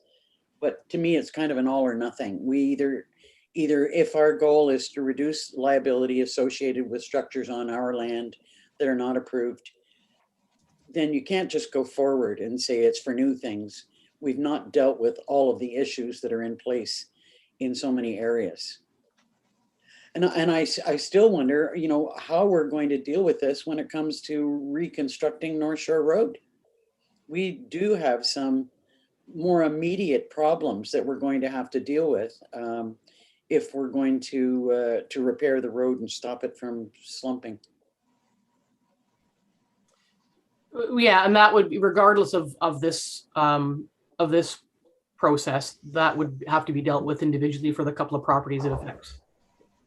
That would be dealt with a little bit separately. How we're going to deal with them, and it relates back to this policy.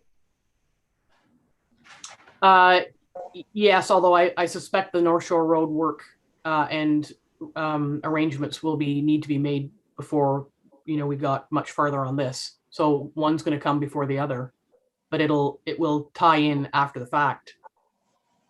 Because you're talking about if somebody has to remove something so that we can fix North Shore Road, whether or not they get to put it back. Is that what you're talking about? Yeah. Yeah.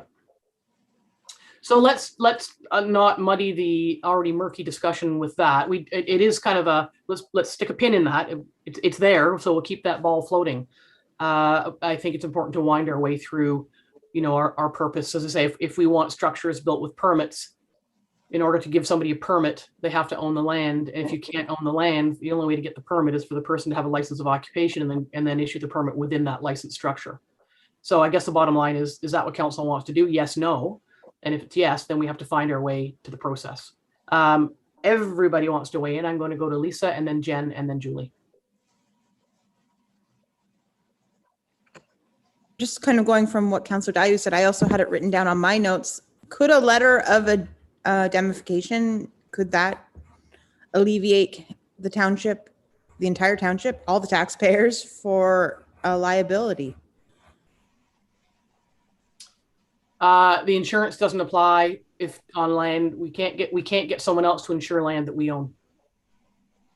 But they can't sign a letter of indemnification that they will not. Like, does that not hold any weight? No? No, I mean, people, there's all kinds of case law where the sign says do not enter, dangerous area. Somebody enters, it's dangerous, they get hurt and they sue. Like it's that kind of thing just really isn't ultimately in the court system worth the paper it's written on. Councillor Dayu.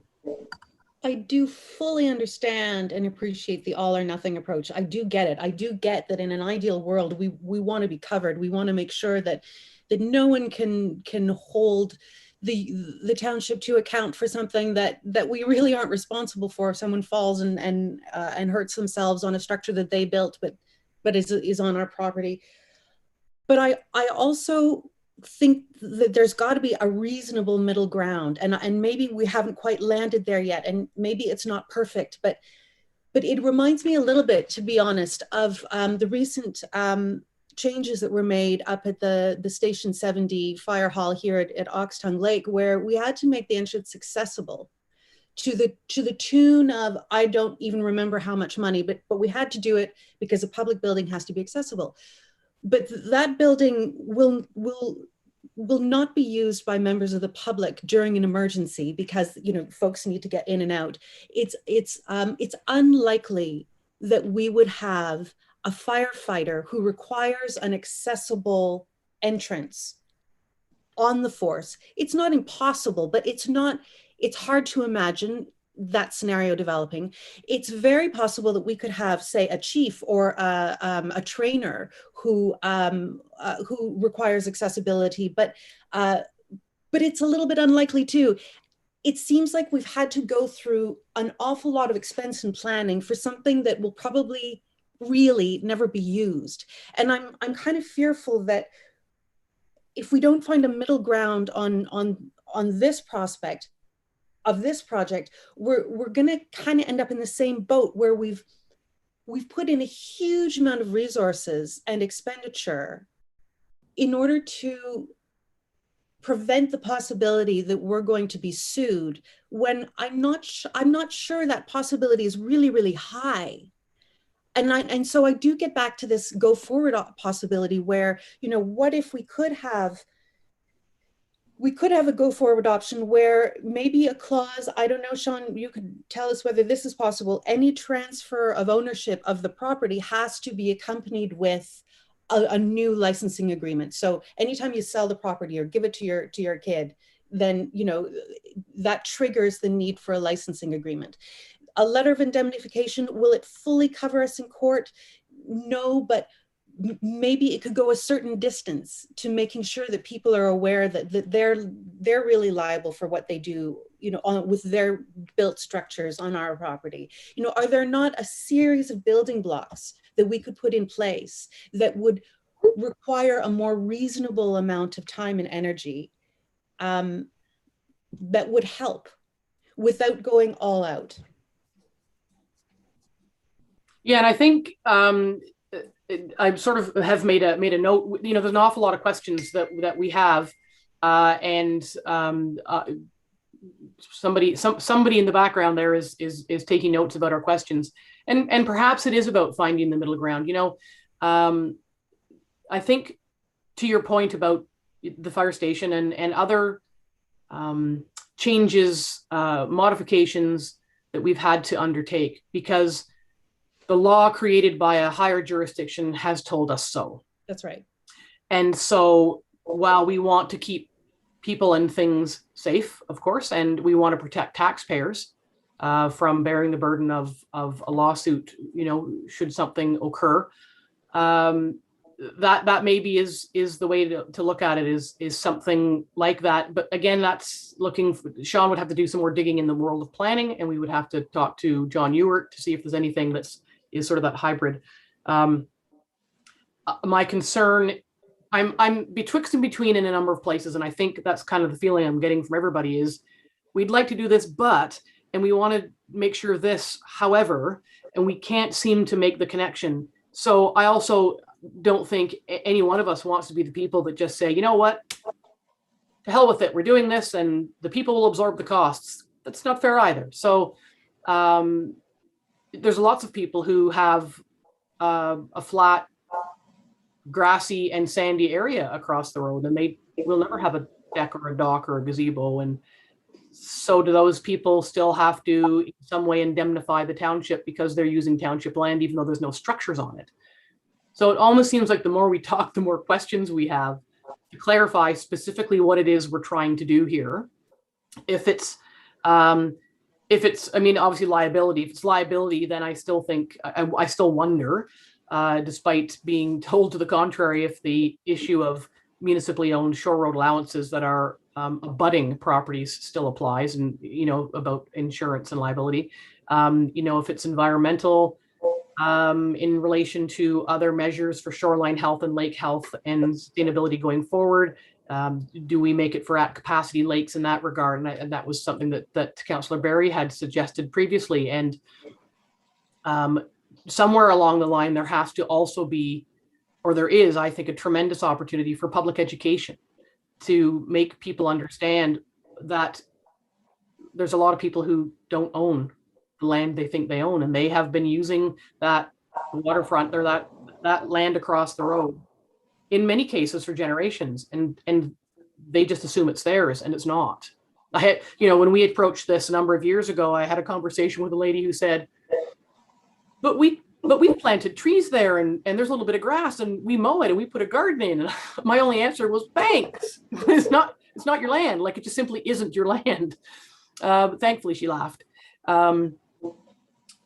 So I guess if the ultimate outcome is liability and to protect the township and its taxpayers from liability should something untoward occur, then that takes us down one road. And if it's liability and lake health and shorelines and other things sort of all attached together, that could be a different conversation. Sorry, that was a bit of a ramble, but Deputy Mayor, no, I'm going to go to Councillor Shortreed first. Sorry, she's had her hand up for a while, and then back to you, Liz. And I'm just curious, for properties that are waterfront that don't own their shore road allowance, I'm just curious that their insurance probably does cover their structures attached to their land and our land. It just makes me think that, you know, I'm sure people over the years have had issues and their insurance has covered them, and the insurance probably didn't even ask, do you own your shore road allowance? They probably covered them. It's probably getting into a really gray area. Well, and that speaks to the other problematic piece in my mind, is that the official plan designates a lot of those properties as waterfront, and yet they aren't. They're what we consider water adjacent. So does that factor in anywhere? Because that's our own planning that says, well, that's, so how does someone have their property under the official plan designated as waterfront, but now you're going to tell them they can't use it as waterfront because they have under a different set of rules because it's not theirs, because it isn't theirs. So how did it get designated waterfront? Maybe Sean can answer that. Yeah, I mean, with waterfront designation in the official plan, there's I believe it's 150 meter buffer from a water body would fall within that designation. So there's several instances where a property does not have direct frontage on a water body, but it could still have an influence depending on the grades or type of use of the property on that water body. So that's why the buffer is so large to capture those sorts of properties. Yeah. So Sean, does that then, to continue that thread, in your report you had said, and I'm just looking at the notes that I typed from that, you wrote, in most cases they're designated waterfront in the OP. So are we obligated to provide some continuity in redesignating some of them so that they are all designated waterfront, or are all such properties that are within that 150 buffer are duly designated? Would you say that? I would say a significant majority are. I don't have a specific example where one may be adjacent to a water body and not designated waterfront. But actually, that being said, I believe the wording in the official plan, even if it is not shown on the schedule as being a waterfront property, if it is within that 150 meters, then the policies of the waterfront section would apply and it would be designated as such. Okay, I'm going to go back. Thank you. And back to Liz. Go ahead, please. I was just thinking, well, my head is spinning. There's so much to think about with respect to this. Thinking about the liability issue and the comments that Jen made about like how big is our liability really? I've had a number of discussions with different people. One particular gentleman that I spoke with suggested to me that this was going to be a rather controversial thing, that there could be trouble over this. And I thought, oh my God, talk about an understatement. But he also said, some of these structures have been in place for generations by people who probably believe that the shore road allowance is theirs, and nothing has happened for years and years and years. But we're in different times now where people are so much more inclined to litigate and sue, for a variety of reasons, that I still worry about the extent of our liability, and it, to me, it's massive if you look at the number of properties that are involved here. There's also the kind of, it goes to the shoreline properties and how they're designated. If you're paying for waterfront property, and it truly is not water adjacent but waterfront, and you've bought the shore road allowance in order to have the right to build these structures, is it then right for somebody else to be able to come along and just build on property that doesn't belong to them? I mean, it's sort of saying I could just find a nice little spot on a lake. I live on Highway 35, but I could find a nice little spot on a lake that I liked and decide to slip in a dock there for my kayak, and I like to go swimming. And really, what would stop me from doing that, if we're going to give the nod to so many of these properties, or consider going forward legitimizing new developments on land that's ours? I'm sorry, I just really have raised more questions. I think we all have, and I think that's why through council discussion, which started last year, these issues came up, which is private infrastructure at the end of a road allowance, which we know has raised some ire and will continue to raise ire, but for exactly the reasons you've just said. And this is similar, and maybe this goes back to what Jen was saying earlier, is in theory, public land is public land. So if someone has a house and a road and a waterfront and a dock, you can go and use it because it's on public land. And we've been saying for years, there's increasing competition for access to water. There are people, I've heard this around the issue about docks and boats and play structures at the end of road allowances, which we have previously addressed and are continuing to address, that there is some angst out there for people who are paying full freight for waterfront property, and those who aren't paying full freight for waterfront property, as you just said, could, in theory, just go and frolic anywhere they find a piece of public land. And so it's about the infrastructure, and the equity goes both ways. So we have a responsibility to all, and we have a responsibility to some, depending on what their property ownership status is. Liz, go ahead. Just for us to assist us in going forward, I'm not sure that we've got a clear idea of the difference between somebody building on a shore road allowance that they don't own and somebody building on an adjacent shore road allowance, if you know what I mean. Like, I mean, there's two different scenarios here. One is across the road on property that they don't own, and one is on a shore road allowance that they haven't purchased. And I don't see there being any difference in the liability, but we may need to get an opinion on that. That would give us an idea about the scope of the issue that we're dealing with. are we just dealing with adjacent properties, or are we dealing with, I don't know how to better describe it. Yeah, if I can step in, that circles us back to the start of the conversation, that the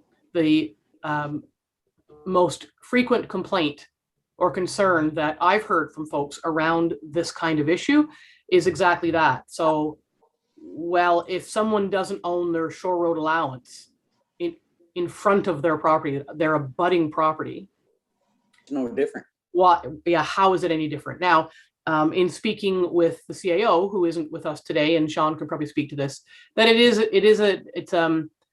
a different liability because it's a different intended use. So, and I'm not sure if it's a planning matter or a common sense matter, Sean, that the intended use of lands adjacent, if you have an unpurchased shore road allowance in front of your property that's attached to your property, that there's the intended expectation is that you have exclusive use and enjoyment, even though it remains in municipal ownership, and that there's a different intended use of lands that are across the road. But I think that's specifically what we need clarification on, because we don't really have an answer. Because then in theory, how could you say, well, you've got a road. I want someone to tell me why. And Liz is saying the same thing, and I'm seeing nodding heads. You can't do the same thing on municipal land that's not attached to your property. That's a fact. Why? And I think that's what one of the pieces that we're all struggling with is, if there is it a different use and a different liability just because, or in what legal precedent or planning documentation does that differentiate? I don't know if we know that. As far as I know, it's not any planning documentation necessarily. But yes, I can seek further clarification from our legal counsel on that. Mm-hmm. Because it does, again, people are asking, the right questions. Why do I have to go through all this effort and cost when the guy down the road who doesn't buy his shore road allowance is allowed to have a dock and a gazebo and a fire pit and all of that? Go ahead, Sean. Yeah, I mean, I can understand the frustration, but I also want to stress this is really for the benefit also of those property owners who want to replace or repair those structures, because like I mentioned before, currently we can't issue permits for someone to build on what's township land. If someone, a traditional waterfront property that does not have the road running through it, if they want a building permit to construct a dock, their first step is to close the shore road allowance. We don't have any sort of mechanism like that for properties where the road runs between the property and the waterfront. So it's difficult for staff to interpret how we can allow development to occur on that waterfront portion of property. And I think that's why we want to implement this on a go-forward basis versus a retroactive. It's much more manageable from a staff level to do that. And also, I also want to stress that we're not reinventing the wheel here. This is something that is in place in several municipalities. So it's quite a common mechanism to deal with situations such as this. Go ahead, Jen. Liz actually had her hand up first, if I may. Oh, okay. No, go ahead. Go ahead. I'm still processing what Sean said. Yeah, I appreciate Liz's comments and Carol's clarification of the central question, which I share, and then Sean's response to that. I am feeling increasingly confident about the go forward option here. I think it does create parity with the folks with abutting shore road allowance, even though I do believe we should come to a clear, concise answer to Carol's question. What is the difference, and where does that exist in the policy tree? I think we should hear that answer if we can find it. But a go forward option creates parity between the two types of property owners, and it offers that assurance, as Sean has just raised, to folks who would like to do something but are fearful that they're going to be told it's going to be taken away from them or taken down, when the guy 2 doors down doesn't have that fear because he does have this outlet to purchase that shore allowance. And because it reduces the amount of energy and time and money up front to undertake this project. And because I would like to think that still the possibility of us being called to account for these properties, it's not zero, but it's low enough that undertaking the all or nothing, but basically all project would probably cost us more than if we did have to face a single case in court in the next 10 years or so. I mean, it's all conjecture. I don't know, but I'd like to believe that that's true. So for all of these reasons, I'm feeling increasingly confident about the go forward option. And if I can, I do see your hands. I'm going to jump in, and I'd like to give more thought. I feel like Liz. Like, I think my head is kind of exploding, but everything needs a trigger. So it's go forward, and if maybe it's we need to determine what a trigger is for that licensing to occur, and maybe, as you mentioned, Councillor Dayu, it is the transfer of ownership in a property or some other thing, so that then it becomes almost like a rolling updating over time, as opposed to just trying to capture everything at once. And we could maybe have a little more conversation around what those triggers or thresholds might be. But I'll go to Councillor Barry and then back to Deputy Mayor Danielson. Yes, just processing what Sean has said and wondering, so if I owned, 2,000 feet if I abutted 2,000 feet of waterfront and I decided, to purchase that is beyond me, would I now be able to enter into a license of occupation to build that dock that I want? Like No new questions, Councillor Barry. No new questions. You know what I mean? And then that being said, if I have now purchased my shore road allowance and I think, I could have just had a license of occupation, will there be people that want to go back? Sorry, I know that's a complex question. Well, you wouldn't get, if you are a waterfront property owner, you wouldn't have if I understand your question, you wouldn't have the option of buying your shore road allowance or getting a license of occupation. You buy your shore road allowance. So while things affect people differently, everybody doesn't get to have the same thing. If you didn't buy waterfront property, you didn't buy waterfront property. And so you're using someone else's land. And so that's where the licensing process indemnifies the township and provides assurances that structures are built. Don't forget, or maybe folks didn't know, a couple of years ago, bylaw officers just driving by one day saw a dock that was the legs of which were 2x4s in buckets of concrete in the lake. Like, that's the danger. Someone just thought that they could build a structure that was nowhere near the building code. And there are things out there that are not built to code, and it's the code, the violation of the code, and the potential challenges with any incidents or accidents that come from things not built to code, that then drags the municipality and every single taxpayer into a potential litigation situation.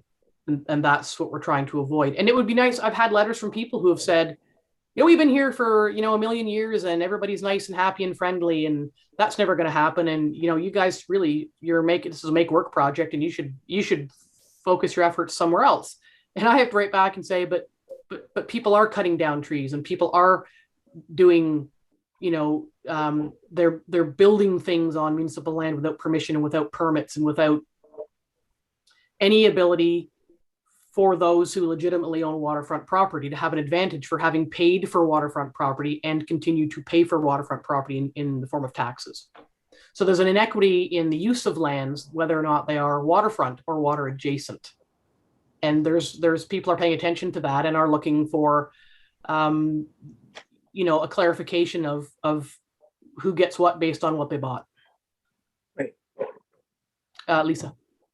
But there are people that are buying waterfront property that don't own the shore road in front of it. They haven't closed up that. So they are having technically the same liability. Well, and that's what we need to find out is we need to find out, we've asked that we need further clarification on the specific difference in the intended use or exclusive use or rights of waterfront property owners to use those lands directly in front and abutting their main portion versus those who bought a water adjacent property with a road between and it's the waterfront is still municipally owned but not attached to their property. So it's been made clear that there's a different liability and different liability in relation to the intended uses and rights of enjoyment. But that's all we know. So that's what we need some legal clarification on. And that alone might help set the stage for the next step of the conversation. Because I kind of feel like we're starting to go in circles here because I'm not sure that some of the questions that we have can be answered until some of these very legal matters are clarified for us. Lisa. Mm-hmm. At the last meeting, last time we discussed this, Sean said that he was going to be actually meeting, I believe, with the other planners. And we talked about neighboring properties. Well, it can become even more complex when your neighboring property owner is in another jurisdiction that has different rules. So I just wondered if there was any more update on that. Yes, I believe Minden Hills is in the process of initiating discussions on a license of occupation similar to what we're going through right now. Dysart, I believe they're not immediately looking at it. They have some sort of policy in place currently, but I'm not sure it's actually actively enforced. But it is something on their radar for the near future, I believe, to start tackling. Let me just sort of circle back and say, it's reiteration. I'd like an answer from each member of council. It's a yes, no. Does each member of council believe, yes, no, that we need to do something around this? Yes. Well, I'm not heartened by the deafening silence there. I mean, I do. I think we need to do something, but I just can't figure out what it is without it becoming a giant project that forces people to spend tremendous amounts of money to continue to do what they've been doing for many years and in sometimes generations without fault or fail. I agree. Liz. Oh, sorry, Julie, did you say you agree? Oh, sorry. I thought I was on mute. Yes, I agree. Well, you've been pretty quiet. I was going to say, Julie, you have to say something soon. So thank you for weighing in, but I will circle back to you. Liz, go ahead, please. I'm not ready, or nor do I have the same degree of confidence that Councillor Dayu has that it's a go forward situation only. However, you know, I've kind of thought, look, we need to resolve this one way or another. We need to find some equity for the different types of property. Obviously, we need some clarity. I am, having previously said, to me, it's kind of all or nothing. I am interested in trying to find some form of middle ground. And I really do take the point quite seriously that Councillor Dayu made about the time and overall cost of proceeding with this compared to the risk of lawsuit and what that might cost. Because you're right. I mean, it could be that what we're proposing to do is going to cost us far more than the risk of some lawsuit. So, I mean, that's something that we need to consider. I did have a question for Sean, and maybe I'm mistaken, but I believe that there has been a permit issued for a structure on municipal property across the road from a home on North Shore Road. Are you aware of a permit being issued? No, unfortunately, I'm not.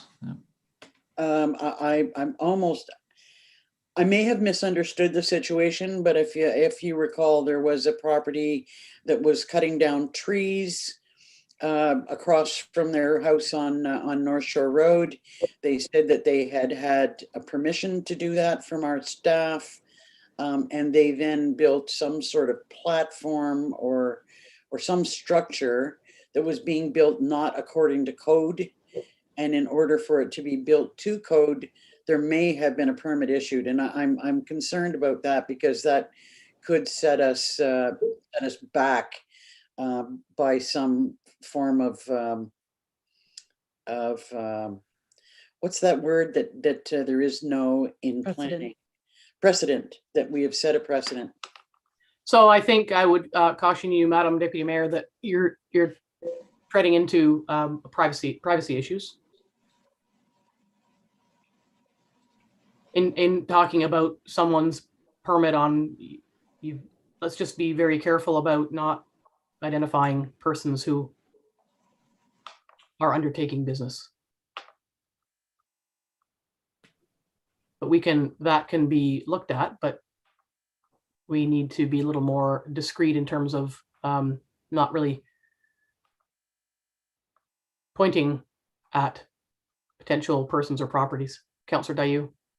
Using the segue of tearing down trees to build things, one thing that we did discuss in the last meeting when this topic was raised that I don't yet see in the draft policy is using this opportunity to really think about our township's interest in preserving shoreline. And I know the county has its own thing going on, but one thing that we talked about from our municipality's perspective was saying, okay, if we're going to do this licensing agreement, let's take the opportunity, let's ask everyone who wants to use a chunk of our property to become the steward of that chunk and make sure that there is either a green space that is protected or planted or respected or something, but it has to be an informed decision. It isn't something that just happens. There has to be a commitment to being the steward to that small section, and that has to be thought through. I don't yet see anything like that in the draft policy, and I wonder, Sean, if you could speak to that, how something like that could be built in, because channeling the spirit of the Environmental Stewardship Committee for a moment, and also one of the commitments that I made when I ran for election was to work my butt off to make sure that we're protecting the environment of Algonquin Highlands to the degree that we can. And I do see that this is an opportunity in waiting.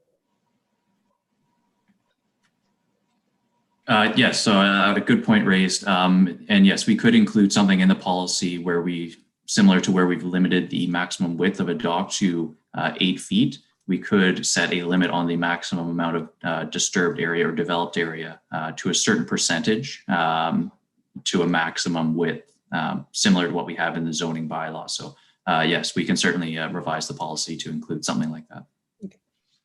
Yeah, I think that's a really good point. That goes back to related to what I'd asked earlier about, what's our goal? Is it environmental? Is it around liability? Is it shoreline health? And I think the answer is, as you've just said, Councillor Dayu, it's all of them. And so it makes me think that in terms of all of our sort of muddled minds today, because there is so much to think about, it's not to stop people from enjoying, it's actually to encourage people to enjoy as a steward, as you said, within a process that speaks to other initiatives that we're already undertaking. So there's different ways to look at it, which also speaks to the opportunity for public education around that we're trying to be making decisions that are going to create lake health and sustainability going forward. And this is one more piece of that puzzle. So thank you for raising that. I saw a hand somewhere. Was it Lisa, Councillor Barry?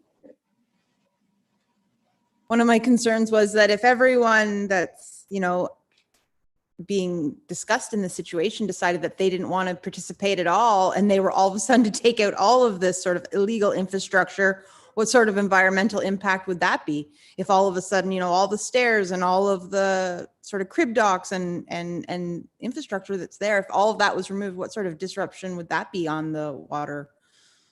Because I know that the ministry has said that before, and these are the things that keep you up at night.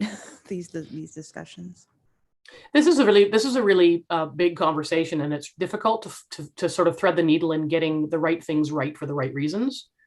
I mean, I think that's why we're happy to, you know, talk about it at length so that we can find our way through and make sure that we're aligned for the right reasons. Councillor Barry. Can a policy be put in place that would indemnify the township from risk, or is that not, that's not the way that something like that could happen? Well, no, because it's our policy about our land, and we need, if we want structures to be built with permits and for them to be built, as Councillor Dayo has said, within certain envelopes in order to speak to other issues and initiatives that we're supporting, then we need to legalize the process. And a letter, it's like you can borrow my bike.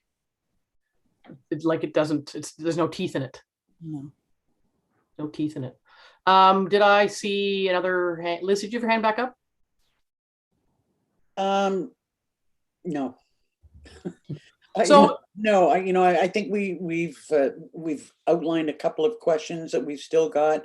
We obviously need more information to continue this discussion. Yeah, and so I wonder also, so there have been some notes taken for our questions. For sure, we can have those circle back. I think we do need to consider that that environmental portion. I think that's a really important point. Public education is paramount as well. Instead of just, you know, coming at folks with a hammer, let's work on some public education at the same time. And I wonder too, if, I don't know if this is a make work project, but if there's an example of a process, you know, Mr. Smith has, a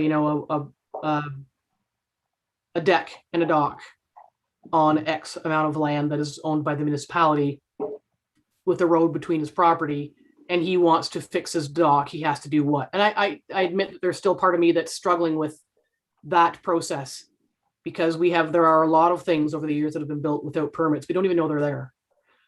They've been there for years and they just get sort of fixed up as they do. But in the way my brain works, I'm kind of looking for, you know, if a person had a pump house and a dock and they want to fix the dock, they have to do what? Because I think that's the part that I'm struggling to understand, but I could be the only one there.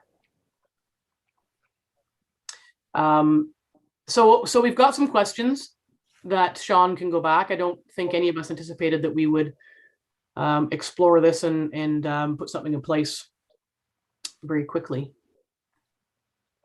So does council want to leave it now with the questions that we've asked and get Sean to get some more clarification on a couple of those legal matters and clarifications for us, and then we'll circle back again? I mean, we could have this conversation, you know, every month for 6 months until we land where we think we need to land. That is, provides, as many members of council have said, some equity, some fairness, as well as some understanding that not every property owner owns the same property. Some bought waterfront and some did not. Like the full stop, that's where that lands. Deputy Mayor Danielson. You know, something that I think we need to clarify in some people's minds, this might not be something that they realize. In other people's minds, it's an absolute no-brainer. When we talk about our lands, it's not the municipality's lands, but everyone's lands. As you said earlier, public lands, and everyone has the right to use those lands. And we're still struggling with what gives one person the right to go and build something on it and another person not. And the issue of liability. When we talk about liability, I think some people say, oh, you know, the township is just worried about their pocketbook. But it's not our pocketbook, it's everyone's pocketbook. The liability is that of, Lisa referred to it, it's everyone's liability. It's not just us as a council or as a municipal body, but you know, if something happens, it costs everyone in the township. And I don't think people open their, I mean, they look at things much more as it relates to them specifically, as opposed to in a broader view. It's just a point that I wanted to make about liability. We're not doing this to cover our own selves, but to cover everybody. Yeah, and I think that's a really important point. You know, we have had some legal challenges in the past where we have decided to fight them, and sometimes the outcome has not been in our favor. And then there's criticism that we didn't have something in place to prevent that from happening. So this is a case where we're trying to craft a process to prevent that situation from happening again and costing, you know, the taxpayers and the insurance company, in certain cases, large sums of money. So all excellent points, well taken. So Sean, I think you've heard loud and clear council's questions and concerns, interest in moving something forward, but we just can't quite figure out what that might be. And so if you could take what you've heard and you know, bounce it off other colleagues or other communities that are, and not just our immediate neighbors, but there must be others in sort of cottage country that are, or lakefront country. It's not nothing to do with cottagers, lakefront country that may be facing the same challenges, and just sort of see what's out there. Councillor Dayu, did you have your hand up? I just had to chuckle to myself a little bit when you said, Sean, I think you've heard us loud and clear. I think he's heard us loud. Yeah. You may be right. Well, and again, you know, some would say that, as Liz has said, that like, what's wrong with you? This is a no-brainer. It's not. This is complex and complicated, and trying to find, as I say, trying to find the right decision for the right reasons is sometimes worthy of much discussion. So, so we'll leave it there, and we will continue our explorations. Perhaps in the next meeting, whatever Sean can come up with in his time frame, because I know he's busy. Everybody's busy. So are there any final comments before I ask for a mover and a seconder to receive the report that is on the agenda today?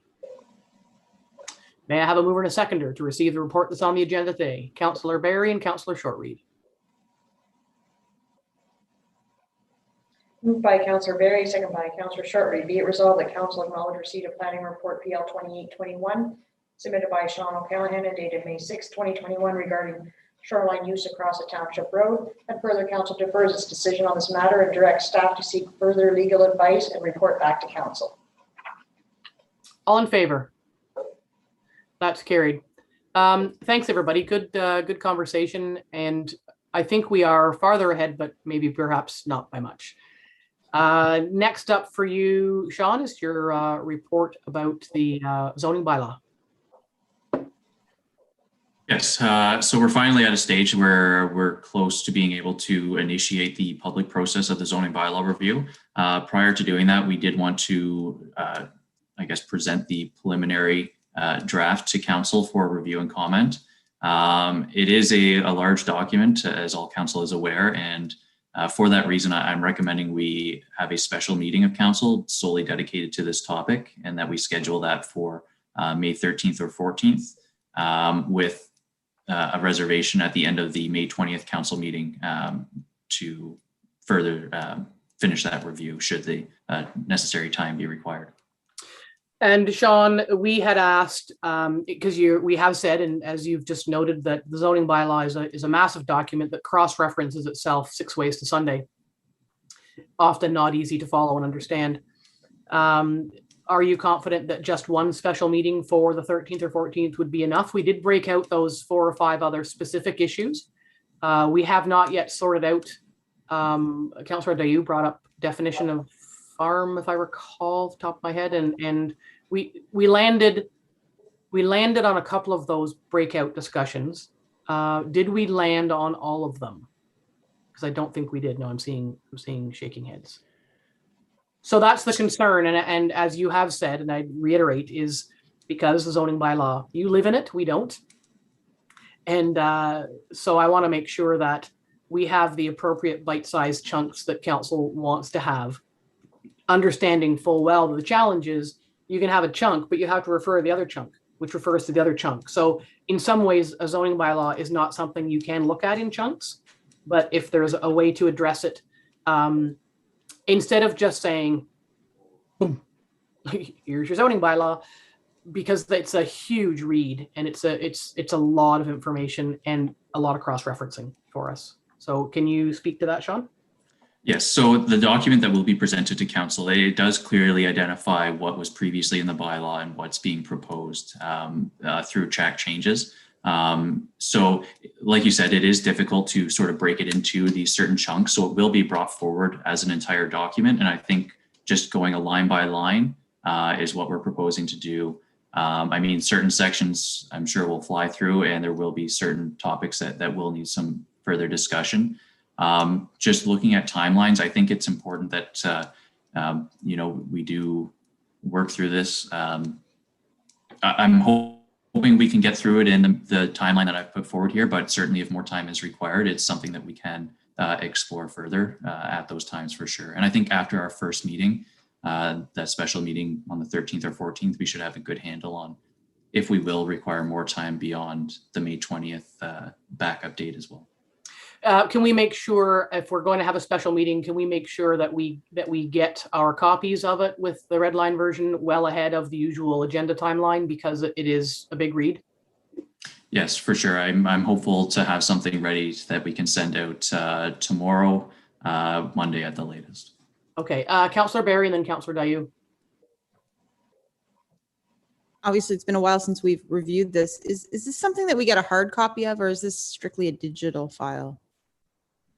It is a digital file right now, but I'm sure we can make arrangements to have copies printed off at the office if a member of council wishes. I know I prefer a hard copy. I'm a note circler and check marker, and so I certainly prefer. Who put your hand up if you want a hard copy? Well, that's a sweep. Sean, if that's okay. And thank you, Lisa. Councillor Dayu. When the OP was reviewed several years ago, the Cultural Committee, the Environmental Stewardship Committee, they had the opportunity to look through those documents with their particular filter on. And I'm a bit worried that because of COVID and, because of COVID, that we've not really had the opportunity to welcome those inputs. And I'm again thinking from the Environment and Stewardship Committee's perspective, I'm fearful that there might be things that we could be doing that we're not thinking of yet because we haven't had the right brains using those filters when looking through that document yet. Can you speak to that, Sean, at all?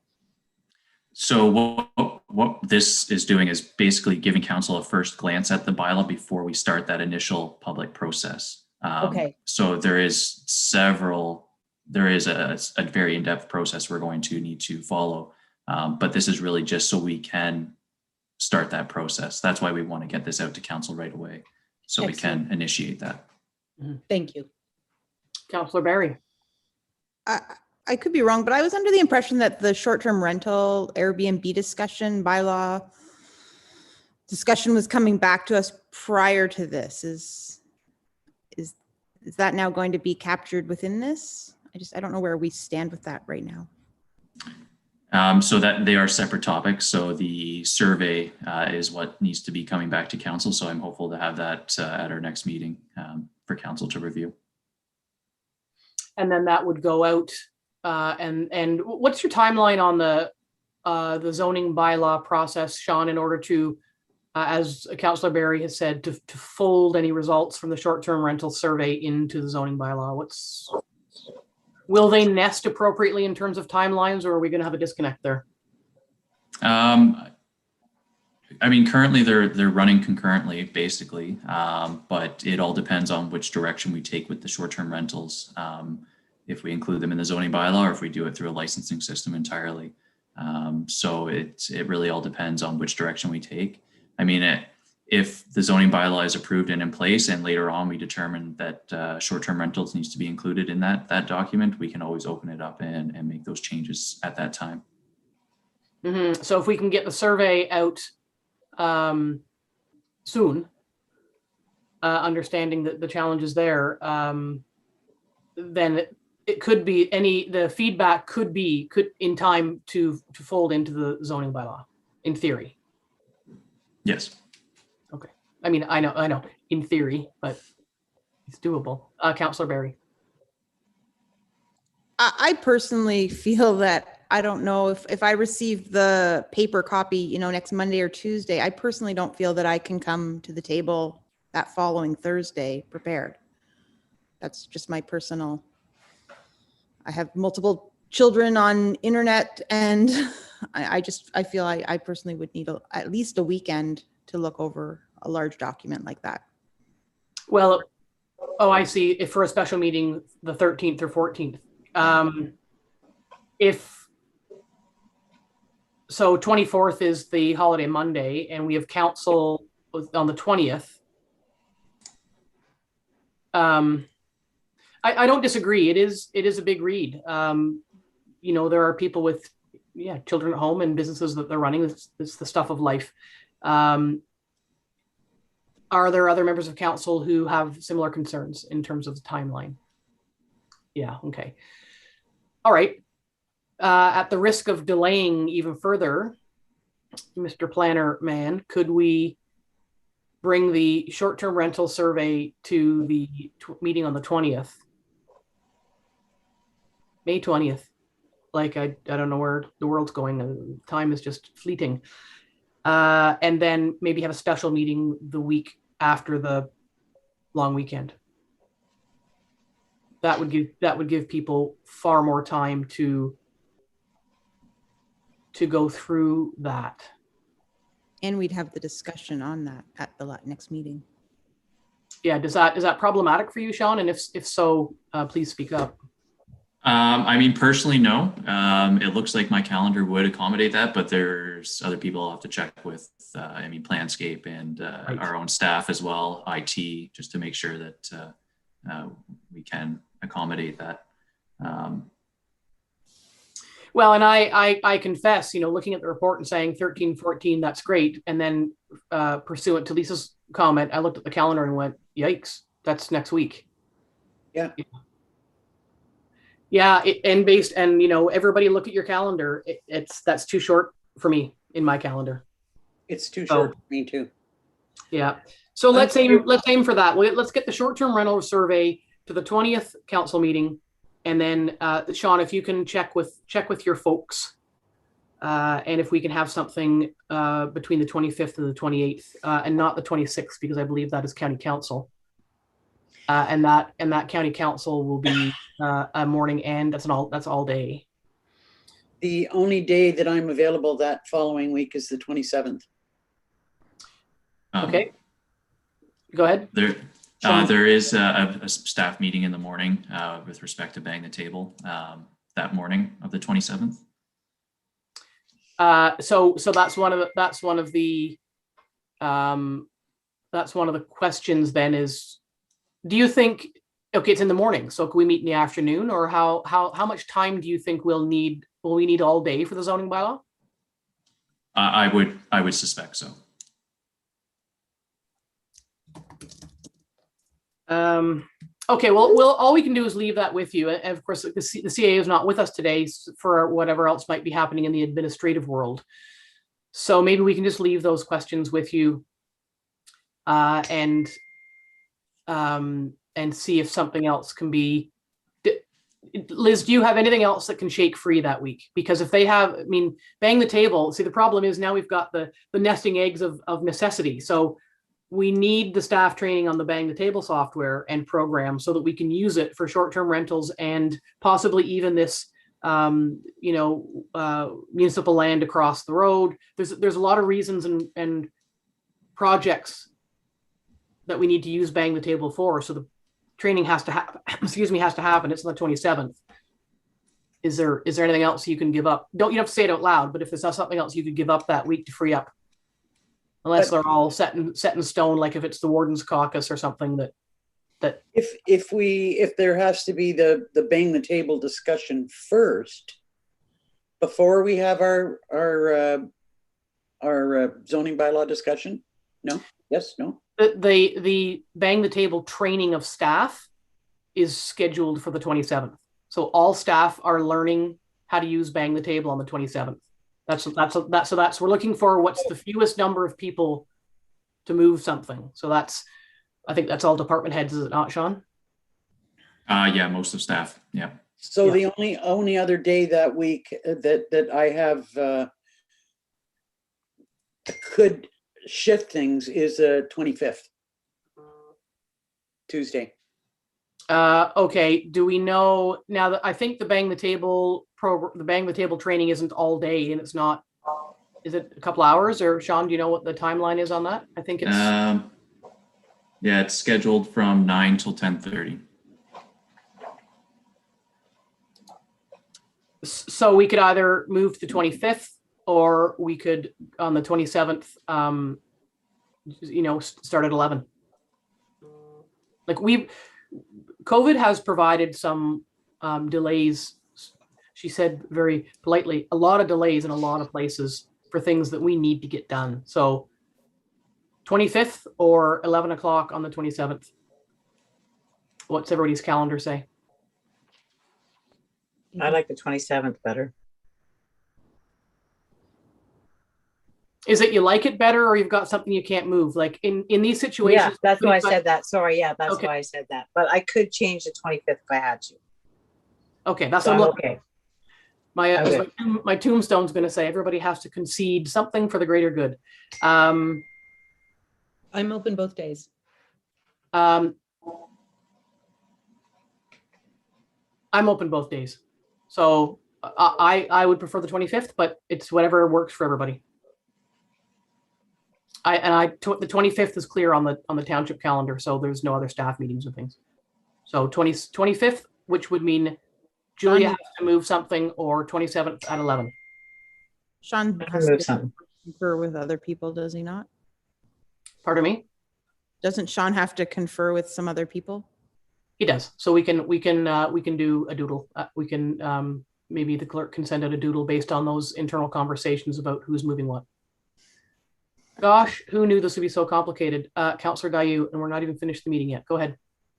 One small additional layer of complication question for Sean. As you know, Sean, I have declared a conflict of interest on the short-term rental issue. So if we're now switching the order and short-term rental is coming first so that we can somehow and perhaps embed that into our second conversation, would you be able to figure out a way to keep it sufficiently distinct that I don't have to, I don't know, that we can keep that process clean and I can still participate where I can participate? Yeah, I will double check the wording in the bylaw, but from what I recall, the short-term rentals, we've excluded that right now because we're dealing with that separately. And we don't have a direction yet on how we're going to proceed, whether that's through a licensing system or through a zoning bylaw inclusion or both. So, but yeah, I will double check that. Okay, I was just concerned because I heard other members of council saying, or perhaps you saying, it's good to have short-term rental first so that we can bring that into the process. But I might have misunderstood. Anyway, that's the question and the point. Thank you. So I think I can clarify that for you, Jen. So if we need the short-term rental survey out in the market. So if council can approve it on the 20th, it goes in the market. We talk about the zoning bylaw, absent of short-term rentals, Okay. which serves your purpose for your conflict. Yeah. And then when we gather the data from the short-term rental survey, it would then be discussed as an addition to the zoning bylaw wherein you would not be involved. Yeah. Okay. So it still suits your needs across the board there. So that's good. I apologize. I don't know if we landed 27 or 25th, or if Sean's going to check back in the background. 25th. I feel like it's time for a nap. That's not where I thought we landed. I thought we landed on the landed 25th. with- Sean's checking. A doodle poll. Sean's going to check with staff, with the CAO, who are not with us today, and then send out either tell us what day it is or send a doodle poll. Sean, go ahead, please. So just so I'm 100% clear, we're dealing with either the 25th or the 27th, depending on staff availability. Yes. Okay, great. Thank you. And landscape. And Yes, and Planscape, yes. Yeah, okay, phew. Okay, may I have a mover and a seconder to receive the report on the the very complicated zoning bylaw meeting update? Councillor Dayu like, just get it off the table. Councillor Dayu and Councillor Perry. Moved by Councillor Dayu, second by Councillor Berry. Be it resolved, council receives planning Report PL 2921 prepared by Sean O'Callaghan and dated May 6, 2021 regarding the proposed zoning bylaw update is information. All in favor? All of that for information. That's carried. Okay, finally for you, Sean, is a shore road allowance closing for a waterfront property on Halls Lake. Yes, so this is an application to close the shore road allowance in front of this property on Halls Lake.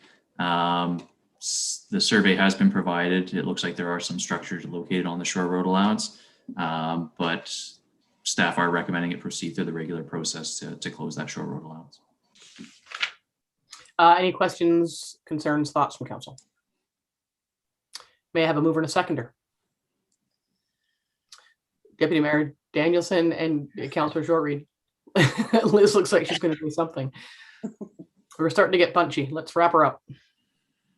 Moved by Deputy Mayor Danielson, second by Councillor Shortreed. Be it resolved, council approves in principle application OSRA 1521. Close up, stop, and convey the shore road allowance fronting property located at Section 8, Part Lot 15, Geographics Township of Stanhope, Halls Lake, Smith, and further council directs the applicants to proceed in accordance with the shore road allowance closing policy. All in favor? That is carried. What's next? External boards. I think nobody's meeting. I think Liz, you're going to bring your EORN information under general business. So item number 17 is the invitation from Municipal Affairs to participate in a code of conduct consultation that's going out for municipalities. And the reason that I put this on, normally I would just sign up and go. We did extensive work on our code of conduct, and I personally believe to be a fine document, and it was reviewed and approved by the Integrity Commissioner.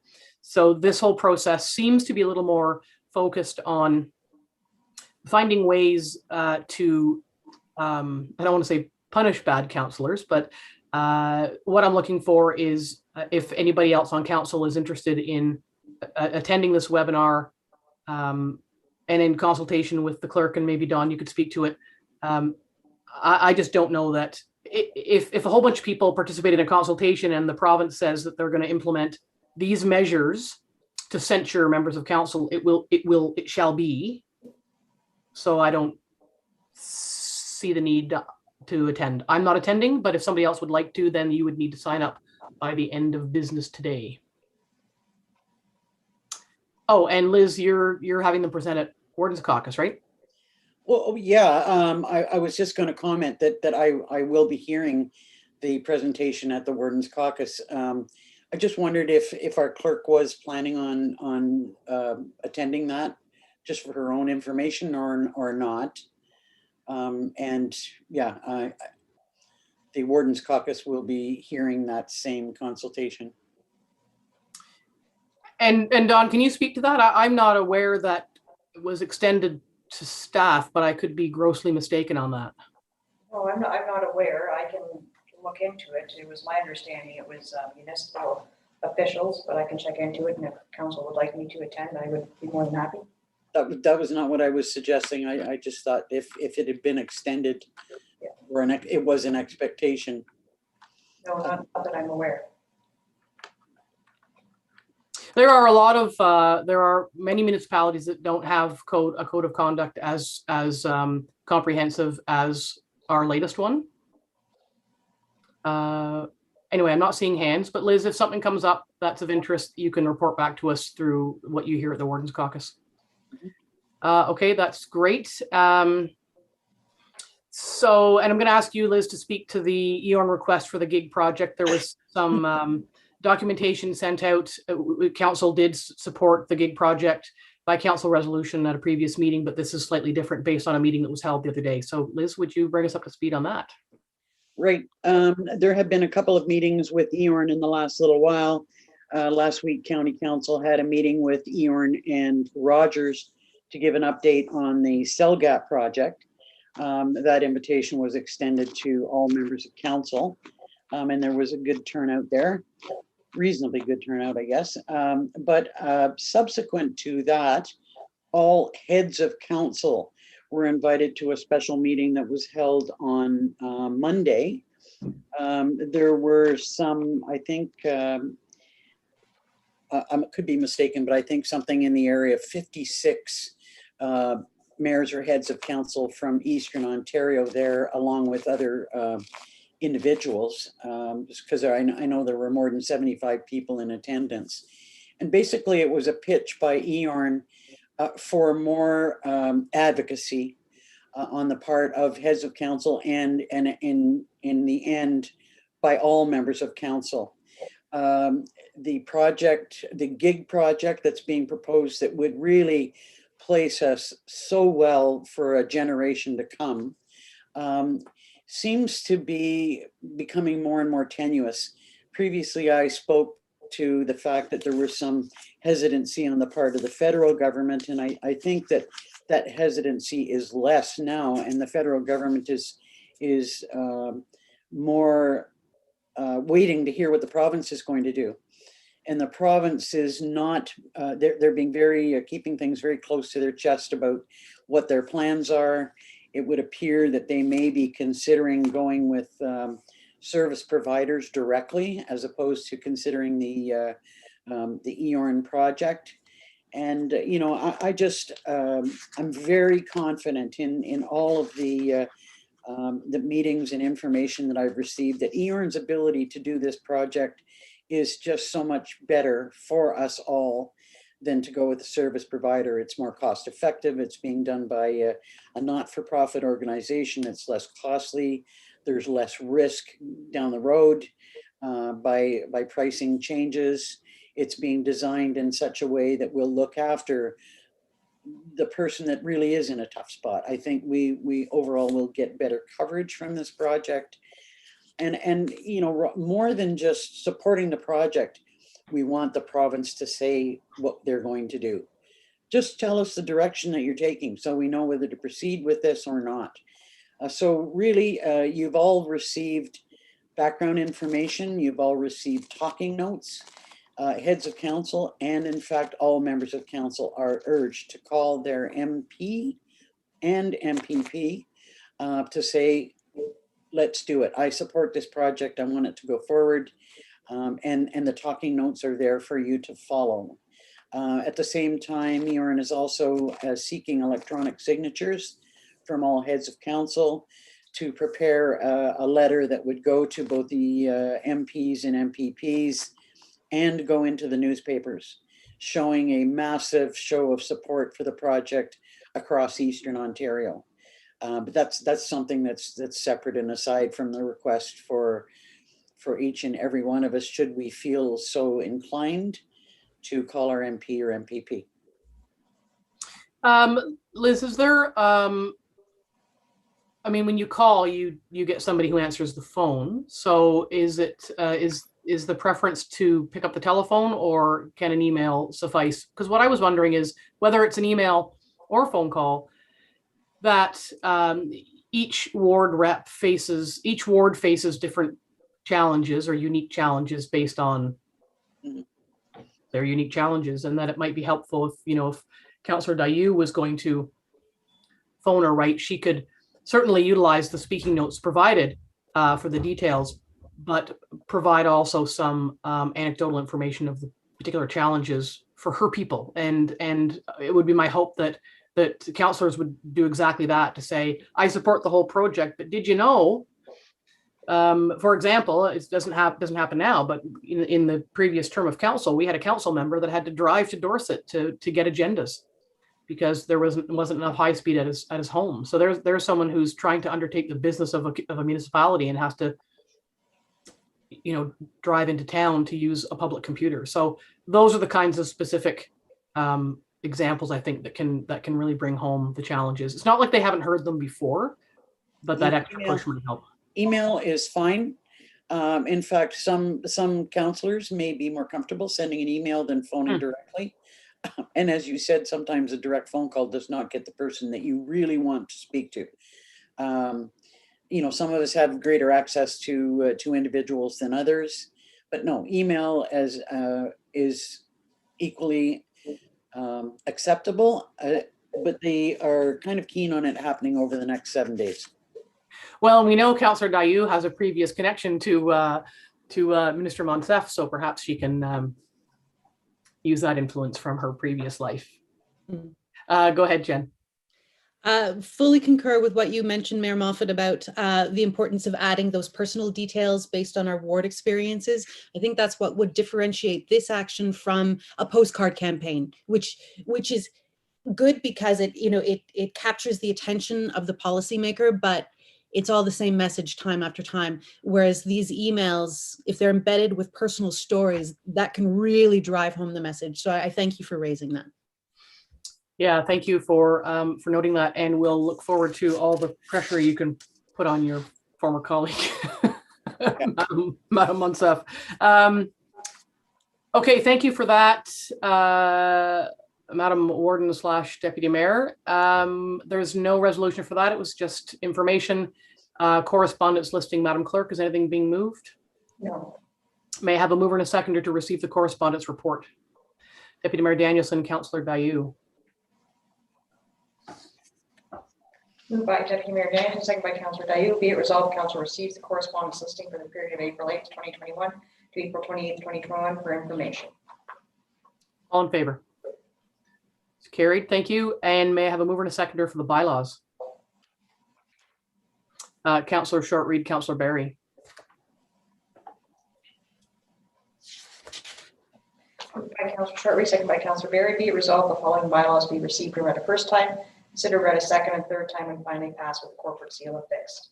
Bylaw 2020. Sorry, I'm jumping in on you there. Bylaw 2021-43 to adopt an electronic signature policy.